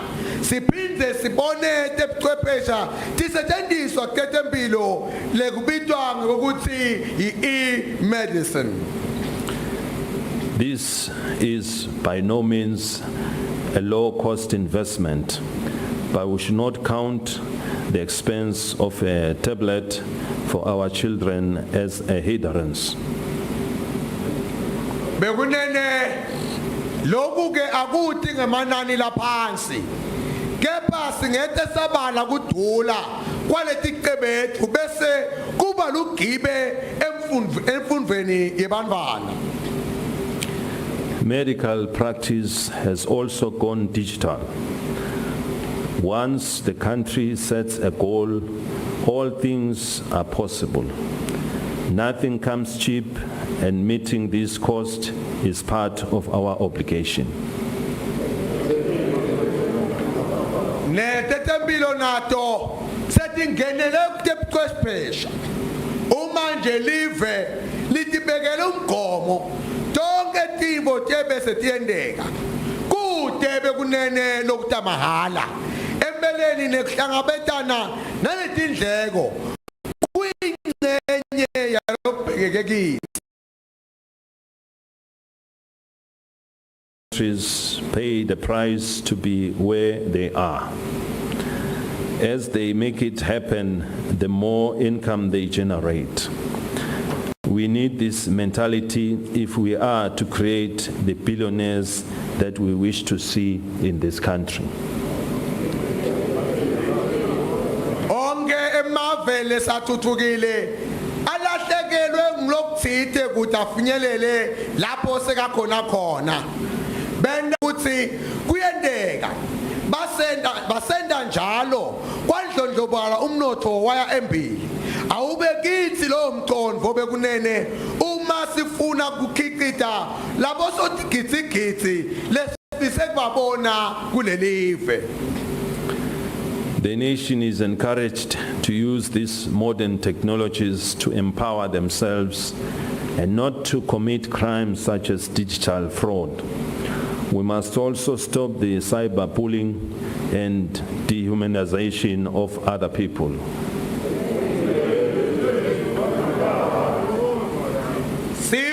siyakhuthaza ukuthi sisebenzise letindlela tesimanje manje kuthi thuthukisa sona tingasetshenziswa kudala emacala lafaka ikhathi kukhwabanisa kufanele siphinde sikuyekele lokuhlikitana etinkundleni tekuxhumana nekungqunula labanye bantfu. It is pleasing that the country has already passed legislation to guard against this. We must learn to use ICT to our advantage profitable.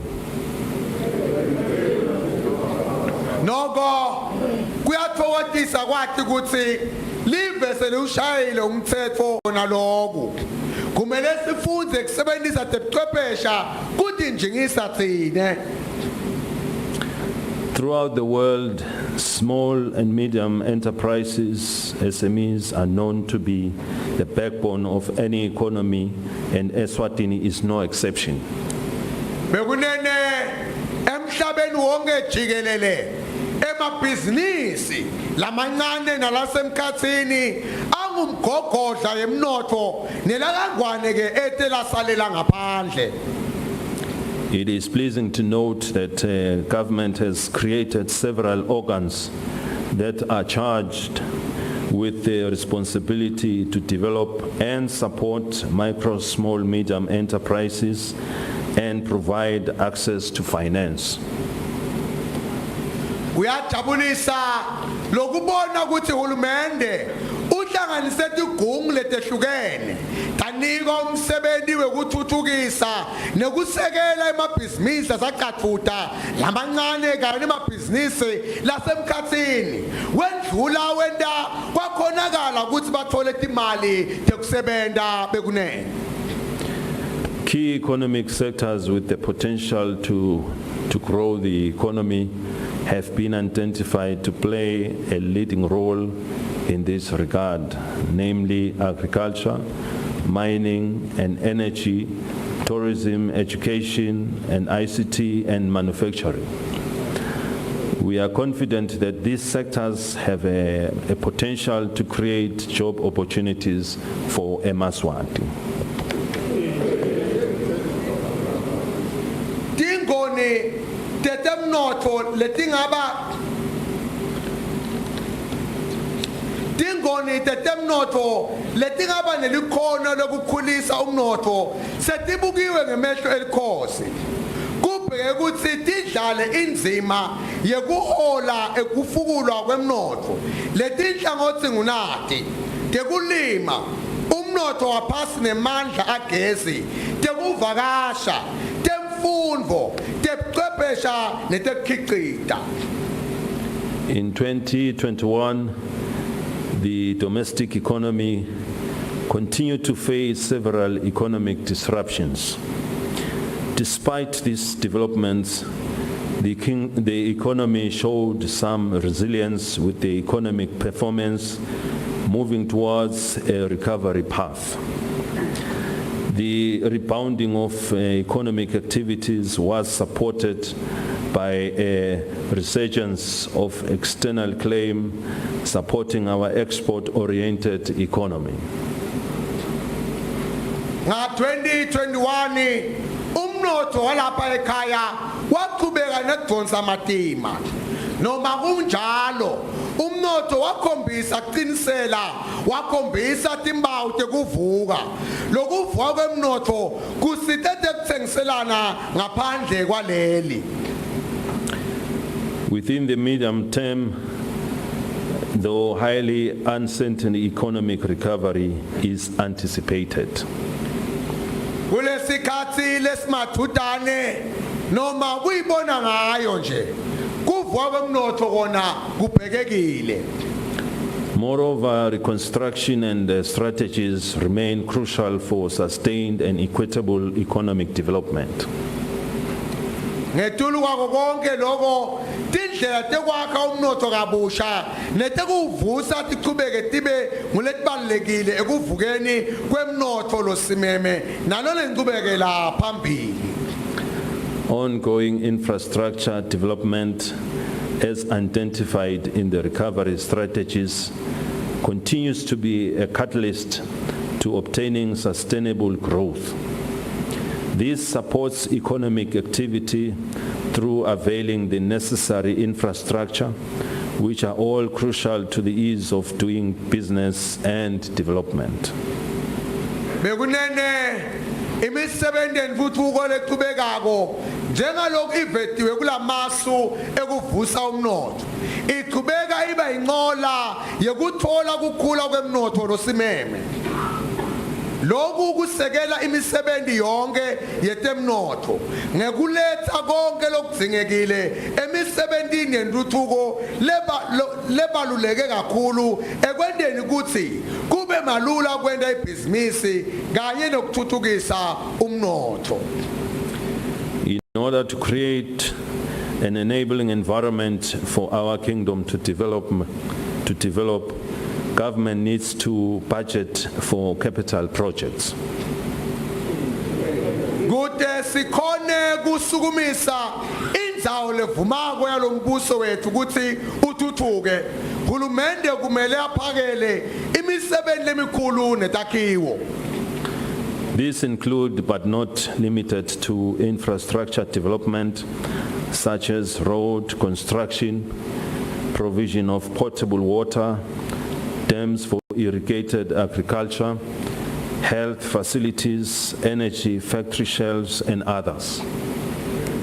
Loku kufaka ekhathi kepha kungagcini ngekuthuthukisa kwemisebenzi yentuthuko lefaka ekhathi kwakhiwa kwemigwaqo kutholakala malula kwemanti kwakhiwa kwemadamu ekunisela kutekulima takhiwo tetempilo bukhona bagezi emahulumba ekhicitela nalokunye lokunengi.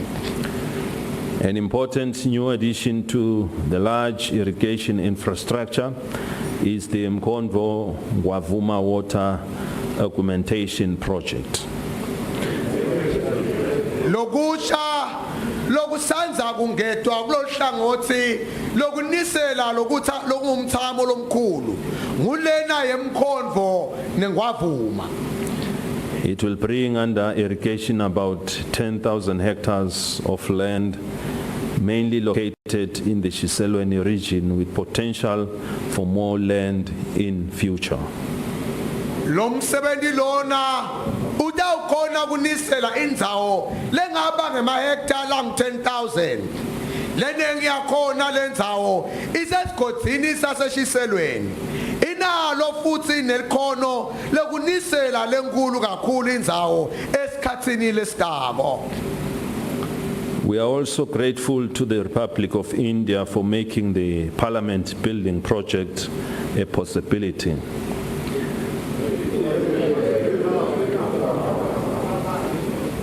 This comes at a time when the country has embarked on increasing the number of constituencies, which now stand at 59 from 55. Si jabulela kakhulu live lasendiya lelende iproject yeparlamente yaba impumelelo. Lokhu kufike ngesikhathi lapho live likhulisa khona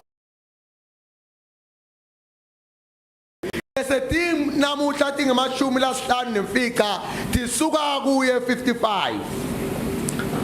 Projections are that more are still to come in the near future, so that people can walk a reasonable distance to the Tingundla centers. The Elections and Boundaries Commission continues to work towards delivering free and fair elections which is fairly represented in Parliament. Tingomba titsi miningi tinkundla letiseta esikhatsini lesidudane kude sive siqhambi sigamu lesithe nasiya etinkundleni libandla letemingcele netekuvota liyaqhubeka nokusebenta ekubeni lilethe kukhethwa kwesive kube ngilokulula kuphindze kube ngilokwemukelekako umhlaba wonke. We trust that all those who are associated with this initiative roles their expected roles diligently. Siyathemba bekunene ukuthi bonke labanike lo msebenzi batawenda ngokuthi misela lokukhulu. The country experienced a significant shortfall in the collection of revenue compared to the previous years, which was witnessed by many other countries across the globe. Bekunene nasikhathalisa neminyaka leyendlulile live likoleke lokuncane kakhulu etimalini telive lokuyibo lehlele wonke umhlaba bekunene. Rearranging our priorities is the challenge that we shall continue to grapple with in the medium term. There's no other route to sustainable development. Kuhlelembisa kabusha tidingeko tethu ngiyona nsayele sitayibhekana nayo kwesikhashana kweminyakana ngoba kude ijikane khona lentuthukweni lekonsile bekunene. During 2022, there will be a focus on improving information management on fiscal database in all spheres of government, as well as further improvements in fiscal policy to ensure effective collection of tax and non-tax revenue. Kulomnyaka wa 2022 kutabane kunakisisa ekusebenziseni nasekuphatheni kangcono kwelwati lokuthi imali tahulumende kumele sisebenze njani nekuthi tende ini kuto tonke tingoni tahulumende siphinde silungisise imigomo yetimali eveni kude kukolekeke kahle imithelo netimali tahulumende bekunene. There's no doubt that this will have to be coupled with improved financial management and prudent expenditure to maintain a sound fiscal environment. Akungabateki kwekuthi lokhu kumele sikwende kanye nekuthi sende kangcono tindlela tethu tekuphatha timali nekunakisisa indlela lesisebenzisa ngayo timali kude sigcine simo lesamukelekile setimali eveni bekunene. Ensuring that corruption is given no room to infiltrate our development initiatives in all spheres is of utmost importance.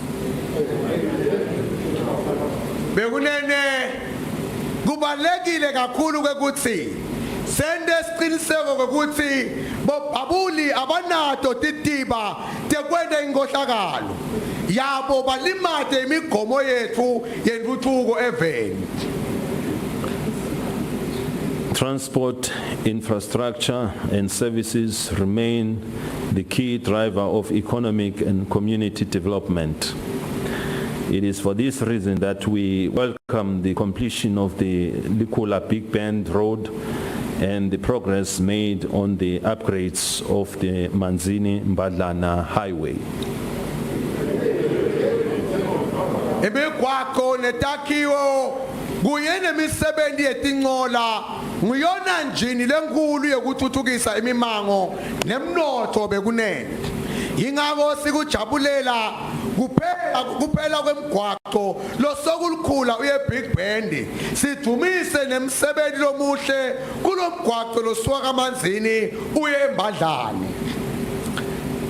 The improvements that have been done in the rural areas by introducing the pro-based technology and the single seal approach to road paving has also contributed to the improvement of the country's road network, including all-weather accessibility. Intuthuko bekunene lendeke emaphandleni ngekufaka lolutiya lokuthiwa i-pro-base kuyithuthukise kakhulu imigwaqo yakithi ikakhulu kwenda ukuthi kuhambeke noma kukusiphi isimo selitulu. Government will continue with her program of fixing the damaged roads. Hulumende bekunene uzoqhubeka neluhlelo lwakhe lokulungisa imigwaqo lelimele. Tourism is among the key growth sectors that have been identified for economic recovery in the country, with great potential for job creation, GDP growth, and resource mobilization. Deluvakasho tingulenye ingoni lebonakele ukuthi inemandla ekufukula umnotho. Iphindze idale amathuba lamaningi emisebenzi eveni. Kukhule imikhiqizo yelive, kuphindze kudale ukutholakala kwetimali malula. However, the emergency and outbreak of the virus crippled the sector, as we've witnessed a significantly low number of tourists visiting our shores since 2020. Kepha kufika kwalo mahazane weligciwane kuyintsikamete kakhulu le business njengoba tinombolo tetivakashi letita eveni tehle kakhulu kabi kusuka ngemnyaka wa 2020. To boost the tourism sector, government will continue to promote public-private partnerships aimed at enhancing tourism products, development, and diversification. Bekunene ngote hulumende asekele teluvakasho eveni uzoqhubeka kasele kubambisana nekusebenzisana kwahulumende nabo bosomabhizinisi ekwakheni tintfo letawukhanga tivakashi tiphindze tehlukahluke hayi lokwena intfo yinye velonke. Also, government is in the process of facilitating visas on arrival as well as electronical to enhance ease access of tourists to the kingdom. Hulumende upishanekile lokumkhuluma ulungisa tindlela letilula bekuthi ivakashi thole emaphepha ekungena eveni khona emahekeni elive noma khona etinkundleni tekuqhubana ngabogezi. One of the most significant contributions to this sector is the recent launch of the 24-hour border facility at Ngwenya. This will make travel to Eswatini more convenient. It will further enhance trade and improve the ease of doing business in Eswatini. Bekunene kuvulwa kweliheke laseNgwenya lingasavalwa kwengete umthamo lobonakalako kutelivakasho eveni. Lokhu sekutowenda ukuthi kube lula ukuvakashela eSwatini, kuphindze kwende ngcono tekuthengiselana, kuphindze kwende kube lula futhi kushiphe kwenda ibhizinisi eSwatini bekunene. We appreciate the good cooperation that happily exists between the Kingdom of Eswatini and the Republic of South Africa, which has made this long-cherished goal a reality. Sithumisa lobudlelwane lobuhle lobukhona bekubambisana emkhathisini wabohulumende wesikhwahlandle newakithi lobende kufezeke leliphupho lethu ledala. As means to improve the business climate, a review of the industrial and investment policies, as well as developing a national handcraft policy, will be undertaken by government in this coming year. Bekunene hulumende lonyaka utosebentela kwendela simo sebhizinisi sibe ngcono kunakuqala. Ubuyeketa imithetho nemigomo etekhiqita nekutshalwa kwetimali nekwakhiwa kwemgomo welive wemisebenzi yetandla. Alongside these revenues is the continued process of establishing an electronic one-stop shop for ease of doing business in Eswatini. This facility will be hosted at the Royal Science and Technology Park and is targeting at facilitating opening of business within 5 days.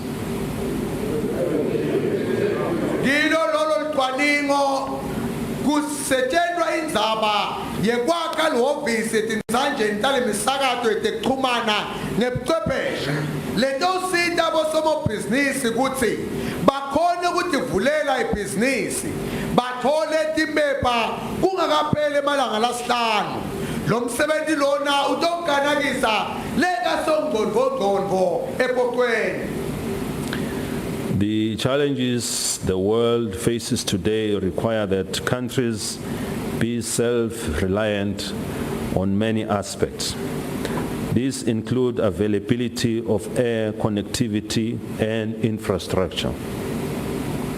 Bekunene letinsaya tabla malanga tibita kutsi live timele tinvele tiningi. Lokhu bekunene kufaka ekhathi kukhona kundizela kulamanye emave kunye netinkhulumo letifanele. The country is at an advanced stage in re-establishing its own national airline as aviation is critical for socio-economic development. Live selivele lisesigabeni lesiphakeme kuvuleni kabusha indiza yelive njengoba tekundiza tibalulekile ekuthuthukiseni itempilo nenhlalakahle eveni. It remains government's priority to achieve a food security status that enable all Mswati to have access to adequate, safe and nutritious food. Bekunene solo umgomo lomkhulu wahulumende ukuthi sifinyelele kubeni nekudla lokwanele kude sive sidle kahle kudla lokunemaseko lamathathu futhi lokubotsholiwe. The sector has realized some improvements in its performance as production of agricultural commodities has increased during the past year. Leltiko leli lithuthukile impela emisebenzini walo ngoba tilimo tikhulile eminyakeni lowendlulile. Government will continue to prioritize provision of services to the farming community to support agricultural production by providing subsidized farm and tractor services to support maize production and other crops. Bekunene hulumende utawuqhubeka akubeke embili kusekela abalimi eveni ngekubaniketa tintfo tekulima letingemanani laphansi kunye netigulumba tebalimi bembila naletinye tibhitfo. This support has recently been boosted by the donation of new tractors from Japan. We encourage the nation to make good use of this essential machinery to increase cultivation this farming season and beyond. We commend the partnership between the two countries that has made this possible. Nomsebenzi wekusekela abalimi eminyakeni lophelile ufukuliwe kakhulu ngesikhathi live leJapani lisinikelela ngetigulumba takanokusho. Ngakho ke sekutsatsa sive ukuthi sitisebenzise kahle kukhuliswe emazinga etekulima eveni kusukela kuletimvula leti neminyakeni lotako. Siyabadumisa budlelwane bethu nalelive bunetithelo letinhle kakhulu. The world over weather and climate services are increasingly becoming essential. While this has had a positive impact on our water storage facilities, it has also negatively affected agriculture and infrastructure, to mention but a few. Bekunene mhlaba wonke lelitiko letangoma teltu selifika esigabeni lapho selibazingeko lesingeke siphile ngaphandle kwaso. Noma letimvula tisite kakhulu tingungu tethu tebonga emanti eveni. Dipinze tabane mitselela lemibi tekulima nasetakweni kulokumbalwa. We are pleased that the Kingdom is on a path to mainstream climate action across all sectors, enhancing early warning systems, preparedness, and reducing emissions to ensure that property and human life is protected from climate impacts. Siyajabula ukuthi live lisemkhankasweni kwehlelembisa tindzaba tesimo selitulu kuto tonke tingoni telive kude sive sishese satiseke nakuta timo letibucayi noma lekutilungiselela kunye nekwehlisa tintfutfu letibulala livadvasi. Lokhu kwentelwa kutsi sive kunye nempahla siphephe ebungotini besimo selitulu bekunene. The Kingdom of Eswatini acknowledges and values the importance of the youth in the socio-economic development and progress of this nation. Livela kangwane bekunene liyati liphinze ukuthathele etulu kumcoka bensha ekuthuthukiseni tendlela kahle nemnotho kunye nentubekela phambili yelive bekunene. This year, the country will accelerate efforts to continue creating an enabling environment for the youth's innovation and creativity to flourish. Kulomnyaka live litawushaktelisa imetamo yekuqhubeka nekudala simo lesivumako kude kusitakale kuphindze kusekeleke imicondvo lemisha nalekhaliphile yebantfu labasha eveni.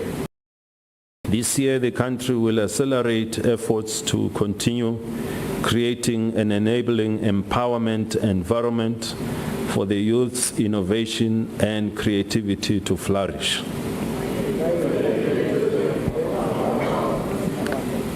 Kulomnyaka live tawushaktelisa imetamo yekuqhubeka nekudala simo lesivumako kude kusitakale kuphindze kusekeleke imicondvo lemisha nalekhaliphile yebantfu labasha eveni. It is critical that our young people are given the appropriate skills that will empower them in economic growth initiatives of all scales. Kubalulekile bekunene bekuthi bantfu labasha banikete makhono laceceshekile labatobasita ukuthi bafukule lomnotho kuto tonke tingoni telive bekunene. Our young people are encouraged to take advantage of the youth revolving and regional development funds to ensure financing of qualifying applications so that they may create more jobs for their peers.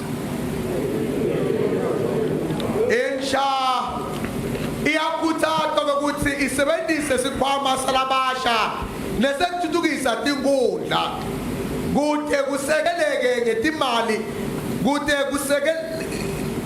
kusekeleke ngetimali leto ticelo letifanele kuze nabo batoqasha bonzanga yabo. It is important that proper training is given to the youth so that so they can develop the required business plans.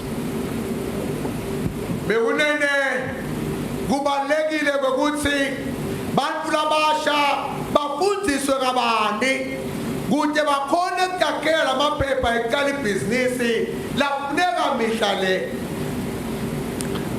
For our school-going children, we pray that there will be no disruptions.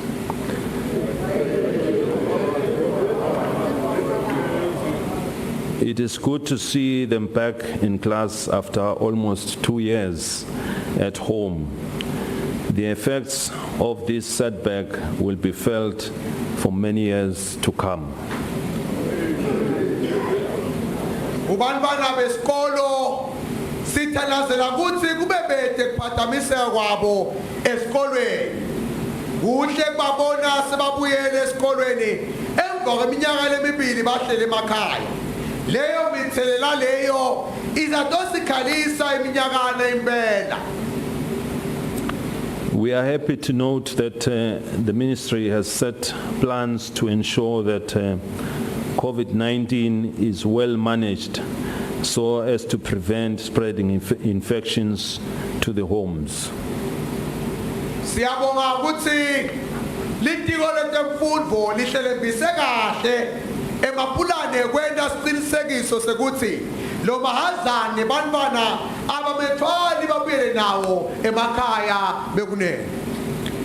It is also encouraging that vaccination in schools has begun, even for learners from 12 years and above. Testing must be encouraged now and again in order to eliminate COVID once and for all, and it won't be far from now that we do. We can only achieve this by working together. Bekunene kuyakhuthaza ukuthi nekugomela igciwane sekuqalile etikoleni. Nakubantwana labaneminyaka lelishumi nakubili kuyayitu. Kumele sikhuthaze njalo ukuthi sive sitihlole simo seligciwane. Kude siliqede swe futhi sekujudane lapho sidaliqeda khona. Lokhu kutawendeka nasibambisene sisive. This time, we need to ensure we support the children to learn. No one should use our children and schools to fight personal agendas.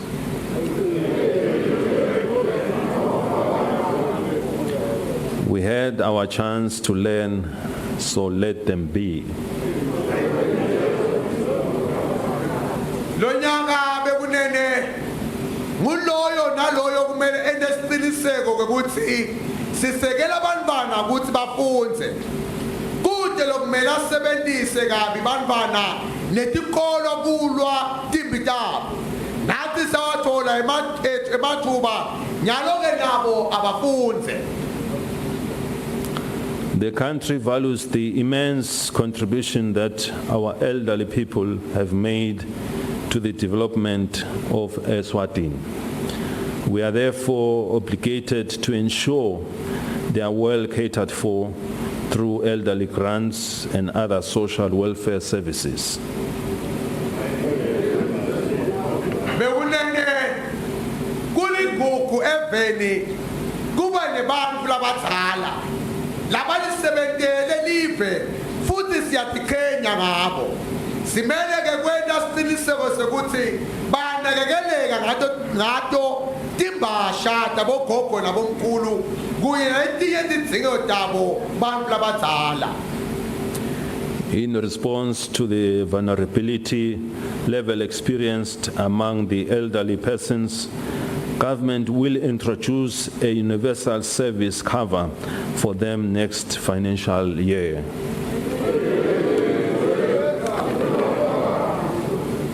Ulandzela lokuye lesukhandle kweselekile kibo. Hulumende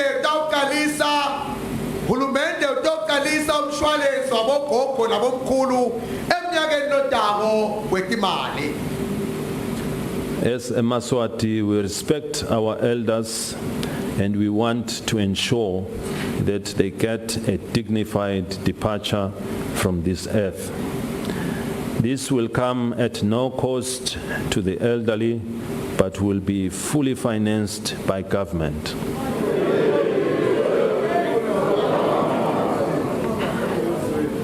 Sisibe seMswati siyabatisa bogogo nabomkhulu. Yingakho sifisa ukuthi umdali uma umdali sikababitile baphekelethele ke nesizotha lesibafanele bekunene. Kude labatawukhipha ecothweni kodwa uhulumende utati khipha tonke tindleko tekwenda lokho kwendeke.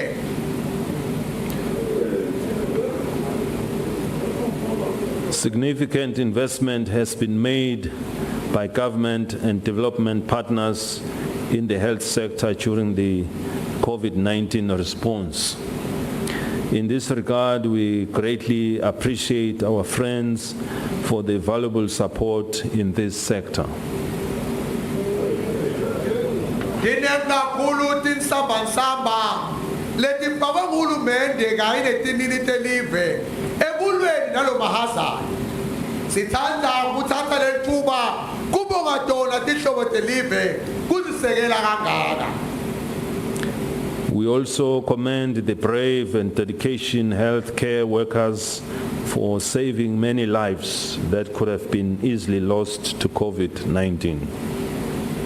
Siphinde sibonge sibinzi zetisebenzi tetempilo letatinikela ekusinziseni imiphefumulo leminingi lengabe yasishiya emhlabeni ngenxa yalomahazana. We also thank all frontline workers who are in contact with people as they serve the nation for remaining resilient during this time, thus keeping the services in the country running efficiently.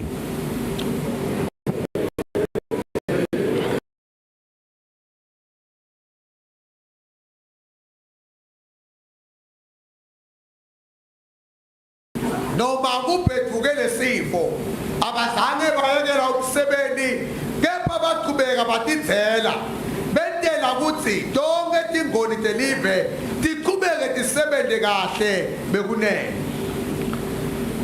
Despite the prevailing challenges around the COVID-19 pandemic, which has been with us for 2 years now, the HIV and AIDS response has been working tirelessly to ensure the country does not lose on the wonderful gains made so far.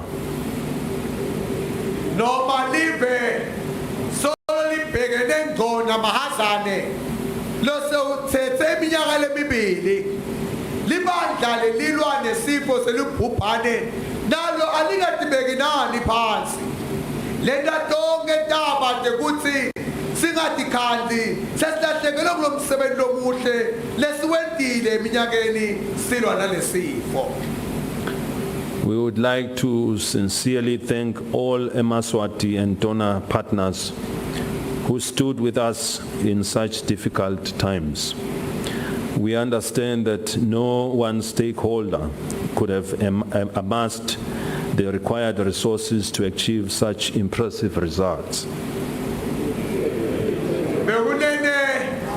Sithanda kubonga kakhulu eMswati kanye netinini telive letakhetha temanathi etikhatsini letimatima. Siconza kahle ukuthi kude ngisho munye lobekangaba netimali letenele ayedwa tekwenda lomsebenzi omuhle wekulwa nalolubhubhane. As we continue with the fight against HIV and AIDS, let us leave no one behind and continue to work collectively. The message for 2022 and beyond is focused on the fight, not the fright. Sibhekenene ngqo ne-AIDS asiyesabi. As we sisaqhubeka silwa nalomasha ebhuqe asingashiyi ngisho munye ngemuva siqhubeke sisebenze nekubambisana Mlayeto lesinawo kusukela kulomnyaka lesikuwo uthi asigcine kulembi hayi kwesaba noma kwesatshiswa. We are not afraid of HIV. We are taking it head on. The Kingdom of Eswatini will continue to intensify efforts to establish, promote, and maintain good international relations with existing and new bilateral and multilateral partners. Live laseSwatini litoqhubeka nemgomo walo weqinisisa imetamo yalo yekwakha. Lithuthukise liphindze ligcine tekudlelana nalamanye emave netinhlangano kuthi kube ngilokuhle bekunene. We reiterate the solemnly wish of the Kingdom to strengthen relations with all countries of the world in the spirit and purpose of unity, peace, stability and cooperation under the umbrella of the United Nations. Bekunene siphinde siyagcizelela namuhla kwekuthi kusifiso selive laKangwane kuba nebudlelwane lobuhle nawo onke emave emhlaba ngemoya wekwakha nekuthula nekusimama nekubambisana ngephansi kwesambulelo sakamhlabhlangane bekunene. In this regard, we wish to remind Mswati that the philosophy of friend to all and an enemy to none has been the political ethos of Eswatini since the time of our predecessors, who placed great value on a world anchored on peace, dialogue, respect, and common shared values.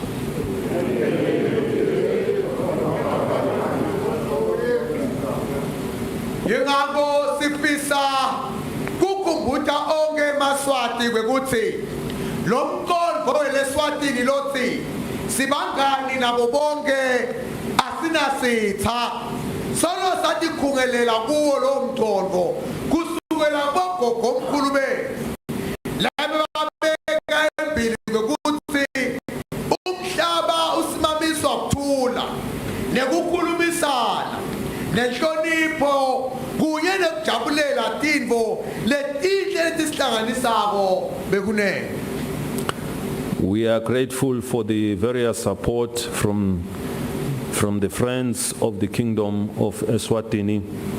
We shall remain committed to the peace and stability that we want in our African continent and the world over. Sibonga lesikutholile tililitelive tisibambisa lapha nalapha eveni sitawuqhubeka sitibophelele ekuphakamiseni ukuthula nokusimama lokuyiko lesifisela live kati lethu leAfrika kunye nemhlaba bekunene. The Kingdom is committed to attain the United Nations Sustainable Development Goals and the African Union aspirations of a better Africa that will propel our future to a better world. Bekunene silive leSwatini sitimisela kuqinisekisa ukuthi sibe live letofinyelela kule migomo yentuthuko leyabekwa ngumhlabhlangane nenhlangano yethu yeAfrican Union lefisa live kati leAfrika lengcono letofukula likusasa lethu libe ngumhlaba longcono bekunene. The next fiscal year provides a mixed window of challenges and opportunities to take action on a national, regional, continental, and international scale. Lomnyaka wetimali lesingena kuwo ubukeka unetinsayeya nemathuba lekumele sibone ukuthi siwathini lakhaya esifundzeni kulive kati lethu kuye nasemhlabeni jikelele. Government, the private sector, and development partners can provide an enabling environment to make this possible. To achieve this, We all have to share challenges, share resources, share opportunities, and share successes. Hulumende tingabalele titimele kuyele tinhlangano lesibambisene nato tingenda ukuthi lesimo lesibhekene naso sibe kulesivumela ukuthi sikhole kwenda konke lesifise kukwenda bekune kude siphumelele kumele sikhone kushiyelana ligwayi ngetinsayela sihlephulelane lesinako sishiyelane emathuba sikhombisane tindlela letiphumiselenako. This will circumvent a financial cliff amidst a fiscal straitjacket in a new, normal and globalized world of the 21st century, and thus pave the way towards a promising and sustainable future for all Mswati as we traverse on the new decade 2021 to 2030.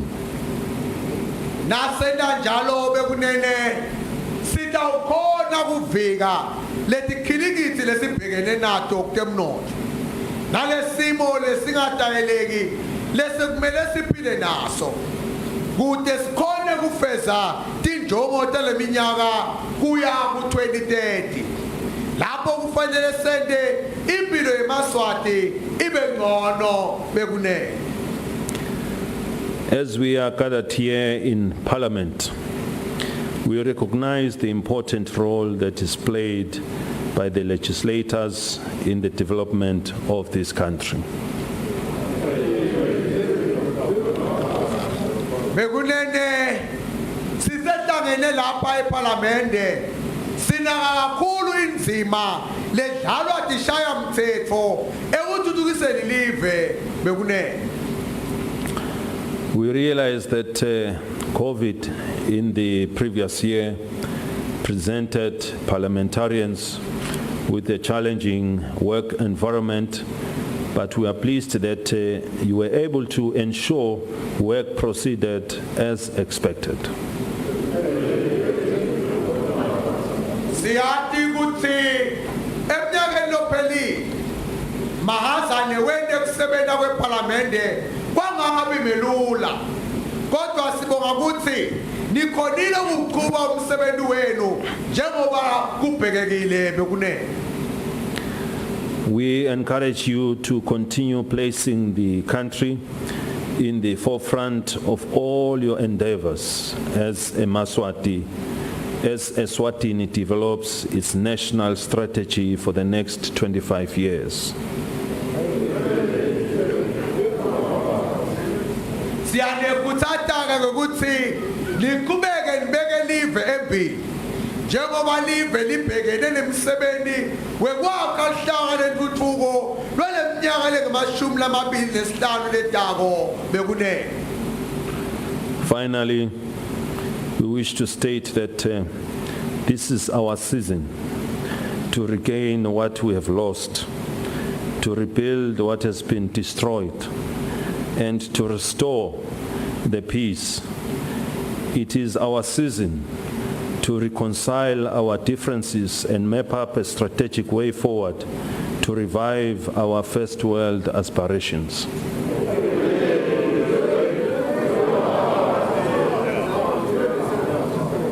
Sengigcina bekunene ngifisa ukuthi lesi sikhathi sethu sekuthi sibuyise lebe kusilahlekele sakhe lebe kubhidlitiwe siphinde sibuyisele ukuthula sikhathi sethu lesi sekuthi silethe kuyisana lapho bese singasaboni ngaso linye khona sivuselele liphupho lethu lekufinyelela emaveni lathuthukile nekuthola tindlela letikhonsako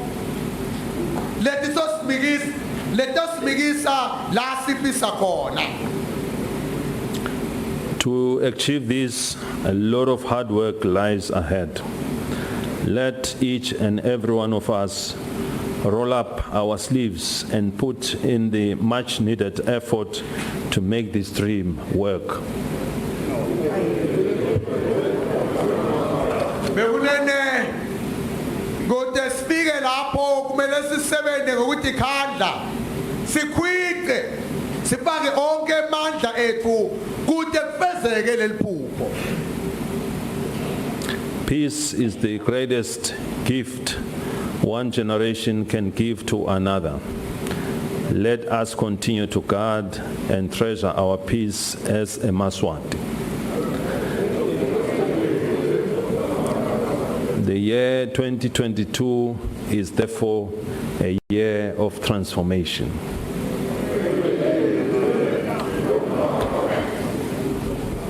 Bothula sipho lesikhulukati lesingasishiyela titukulwane lesitako. Ngakho ke asikatsisise sikujabulele ukuthula kwethu siMswati. Ngakho lo mnyaka wa 2022 ngomnyaka wokwenda kabusha timbo bekunene. It is now my singular honor to declare the fourth session of the 11th Parliament of the Kingdom of Eswatini officially open.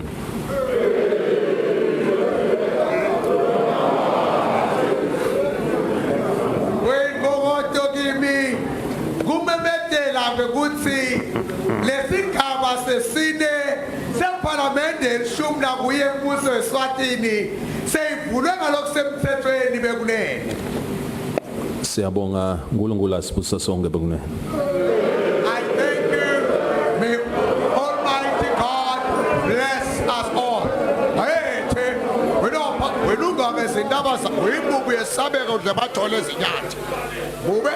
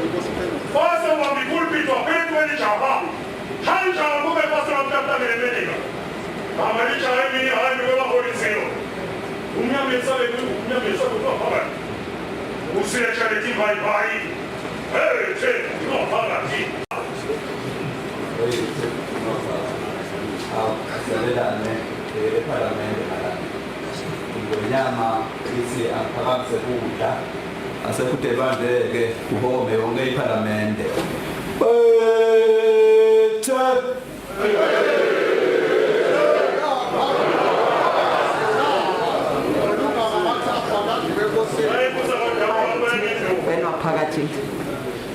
His Majesty will now exit the chamber and I will request that everyone is upstanding. Baithe enophakathi.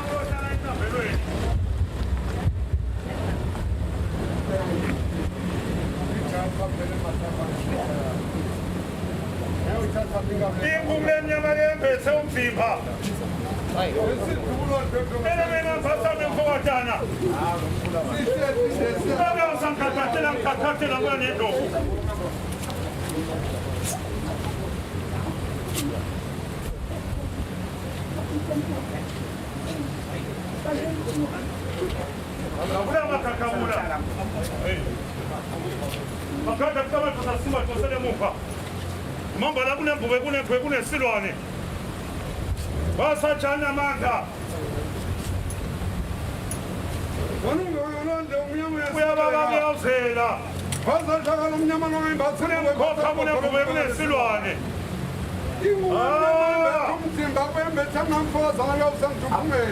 Basene silo skulu kwa sana msakandaba. Hey, wena phakathi. Lela lehle mlisa.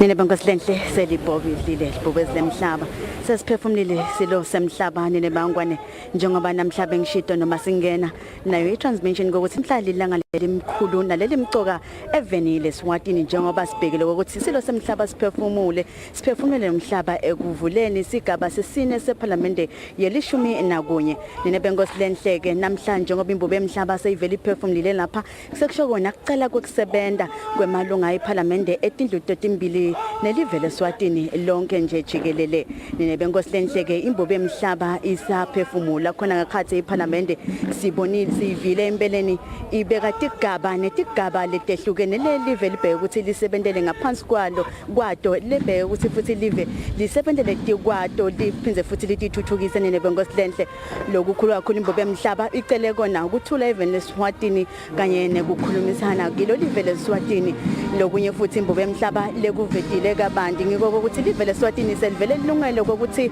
lisale likhona ukuthi khicitela gesi walo kwatise ukuthi ubutivumelwana letikhona ekhathi kwelivele Eswatini kanye naye Eskom lokuyinhlangano noma inkampani lekhicita gesi eNingizimu Afrika setivele tiyangasemaphethelweni nebengosilenhleke lokunye lokuvedwe ngimbubo emhlaba noma legcizelele imbubo emhlaba ngiko kwakhiwa noma kuvusetelwa konkampani yetindiza lapha lethe imbubo emhlaba kuvusetelwa kona inkampani kutawusita kuthuthukisa umnotho welive kanye netenhlala kahle nebengosilenhle insaye yake sayivele isele kilo Liswati ngalinye nebengosilenhle njengoba nati ukuthi lomhla ingwenyama yeMswati beyitawuniketa yona insaye evenile Eswatini nebengosilenhle nje ngisho ukuthi namhlanje sihamba masitaphinze futhi sinithulele umbiko etindzabeni ngako kuvula kwesigaba sesine seParliament yelishumi nakunye lesivulwe ngiyo imbubo yemhlaba mathupha khona lapha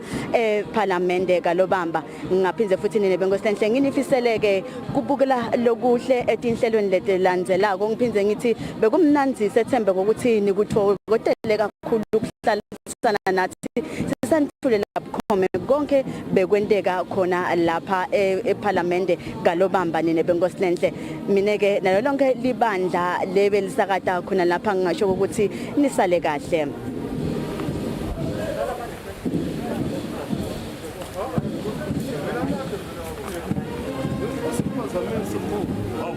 I do the most.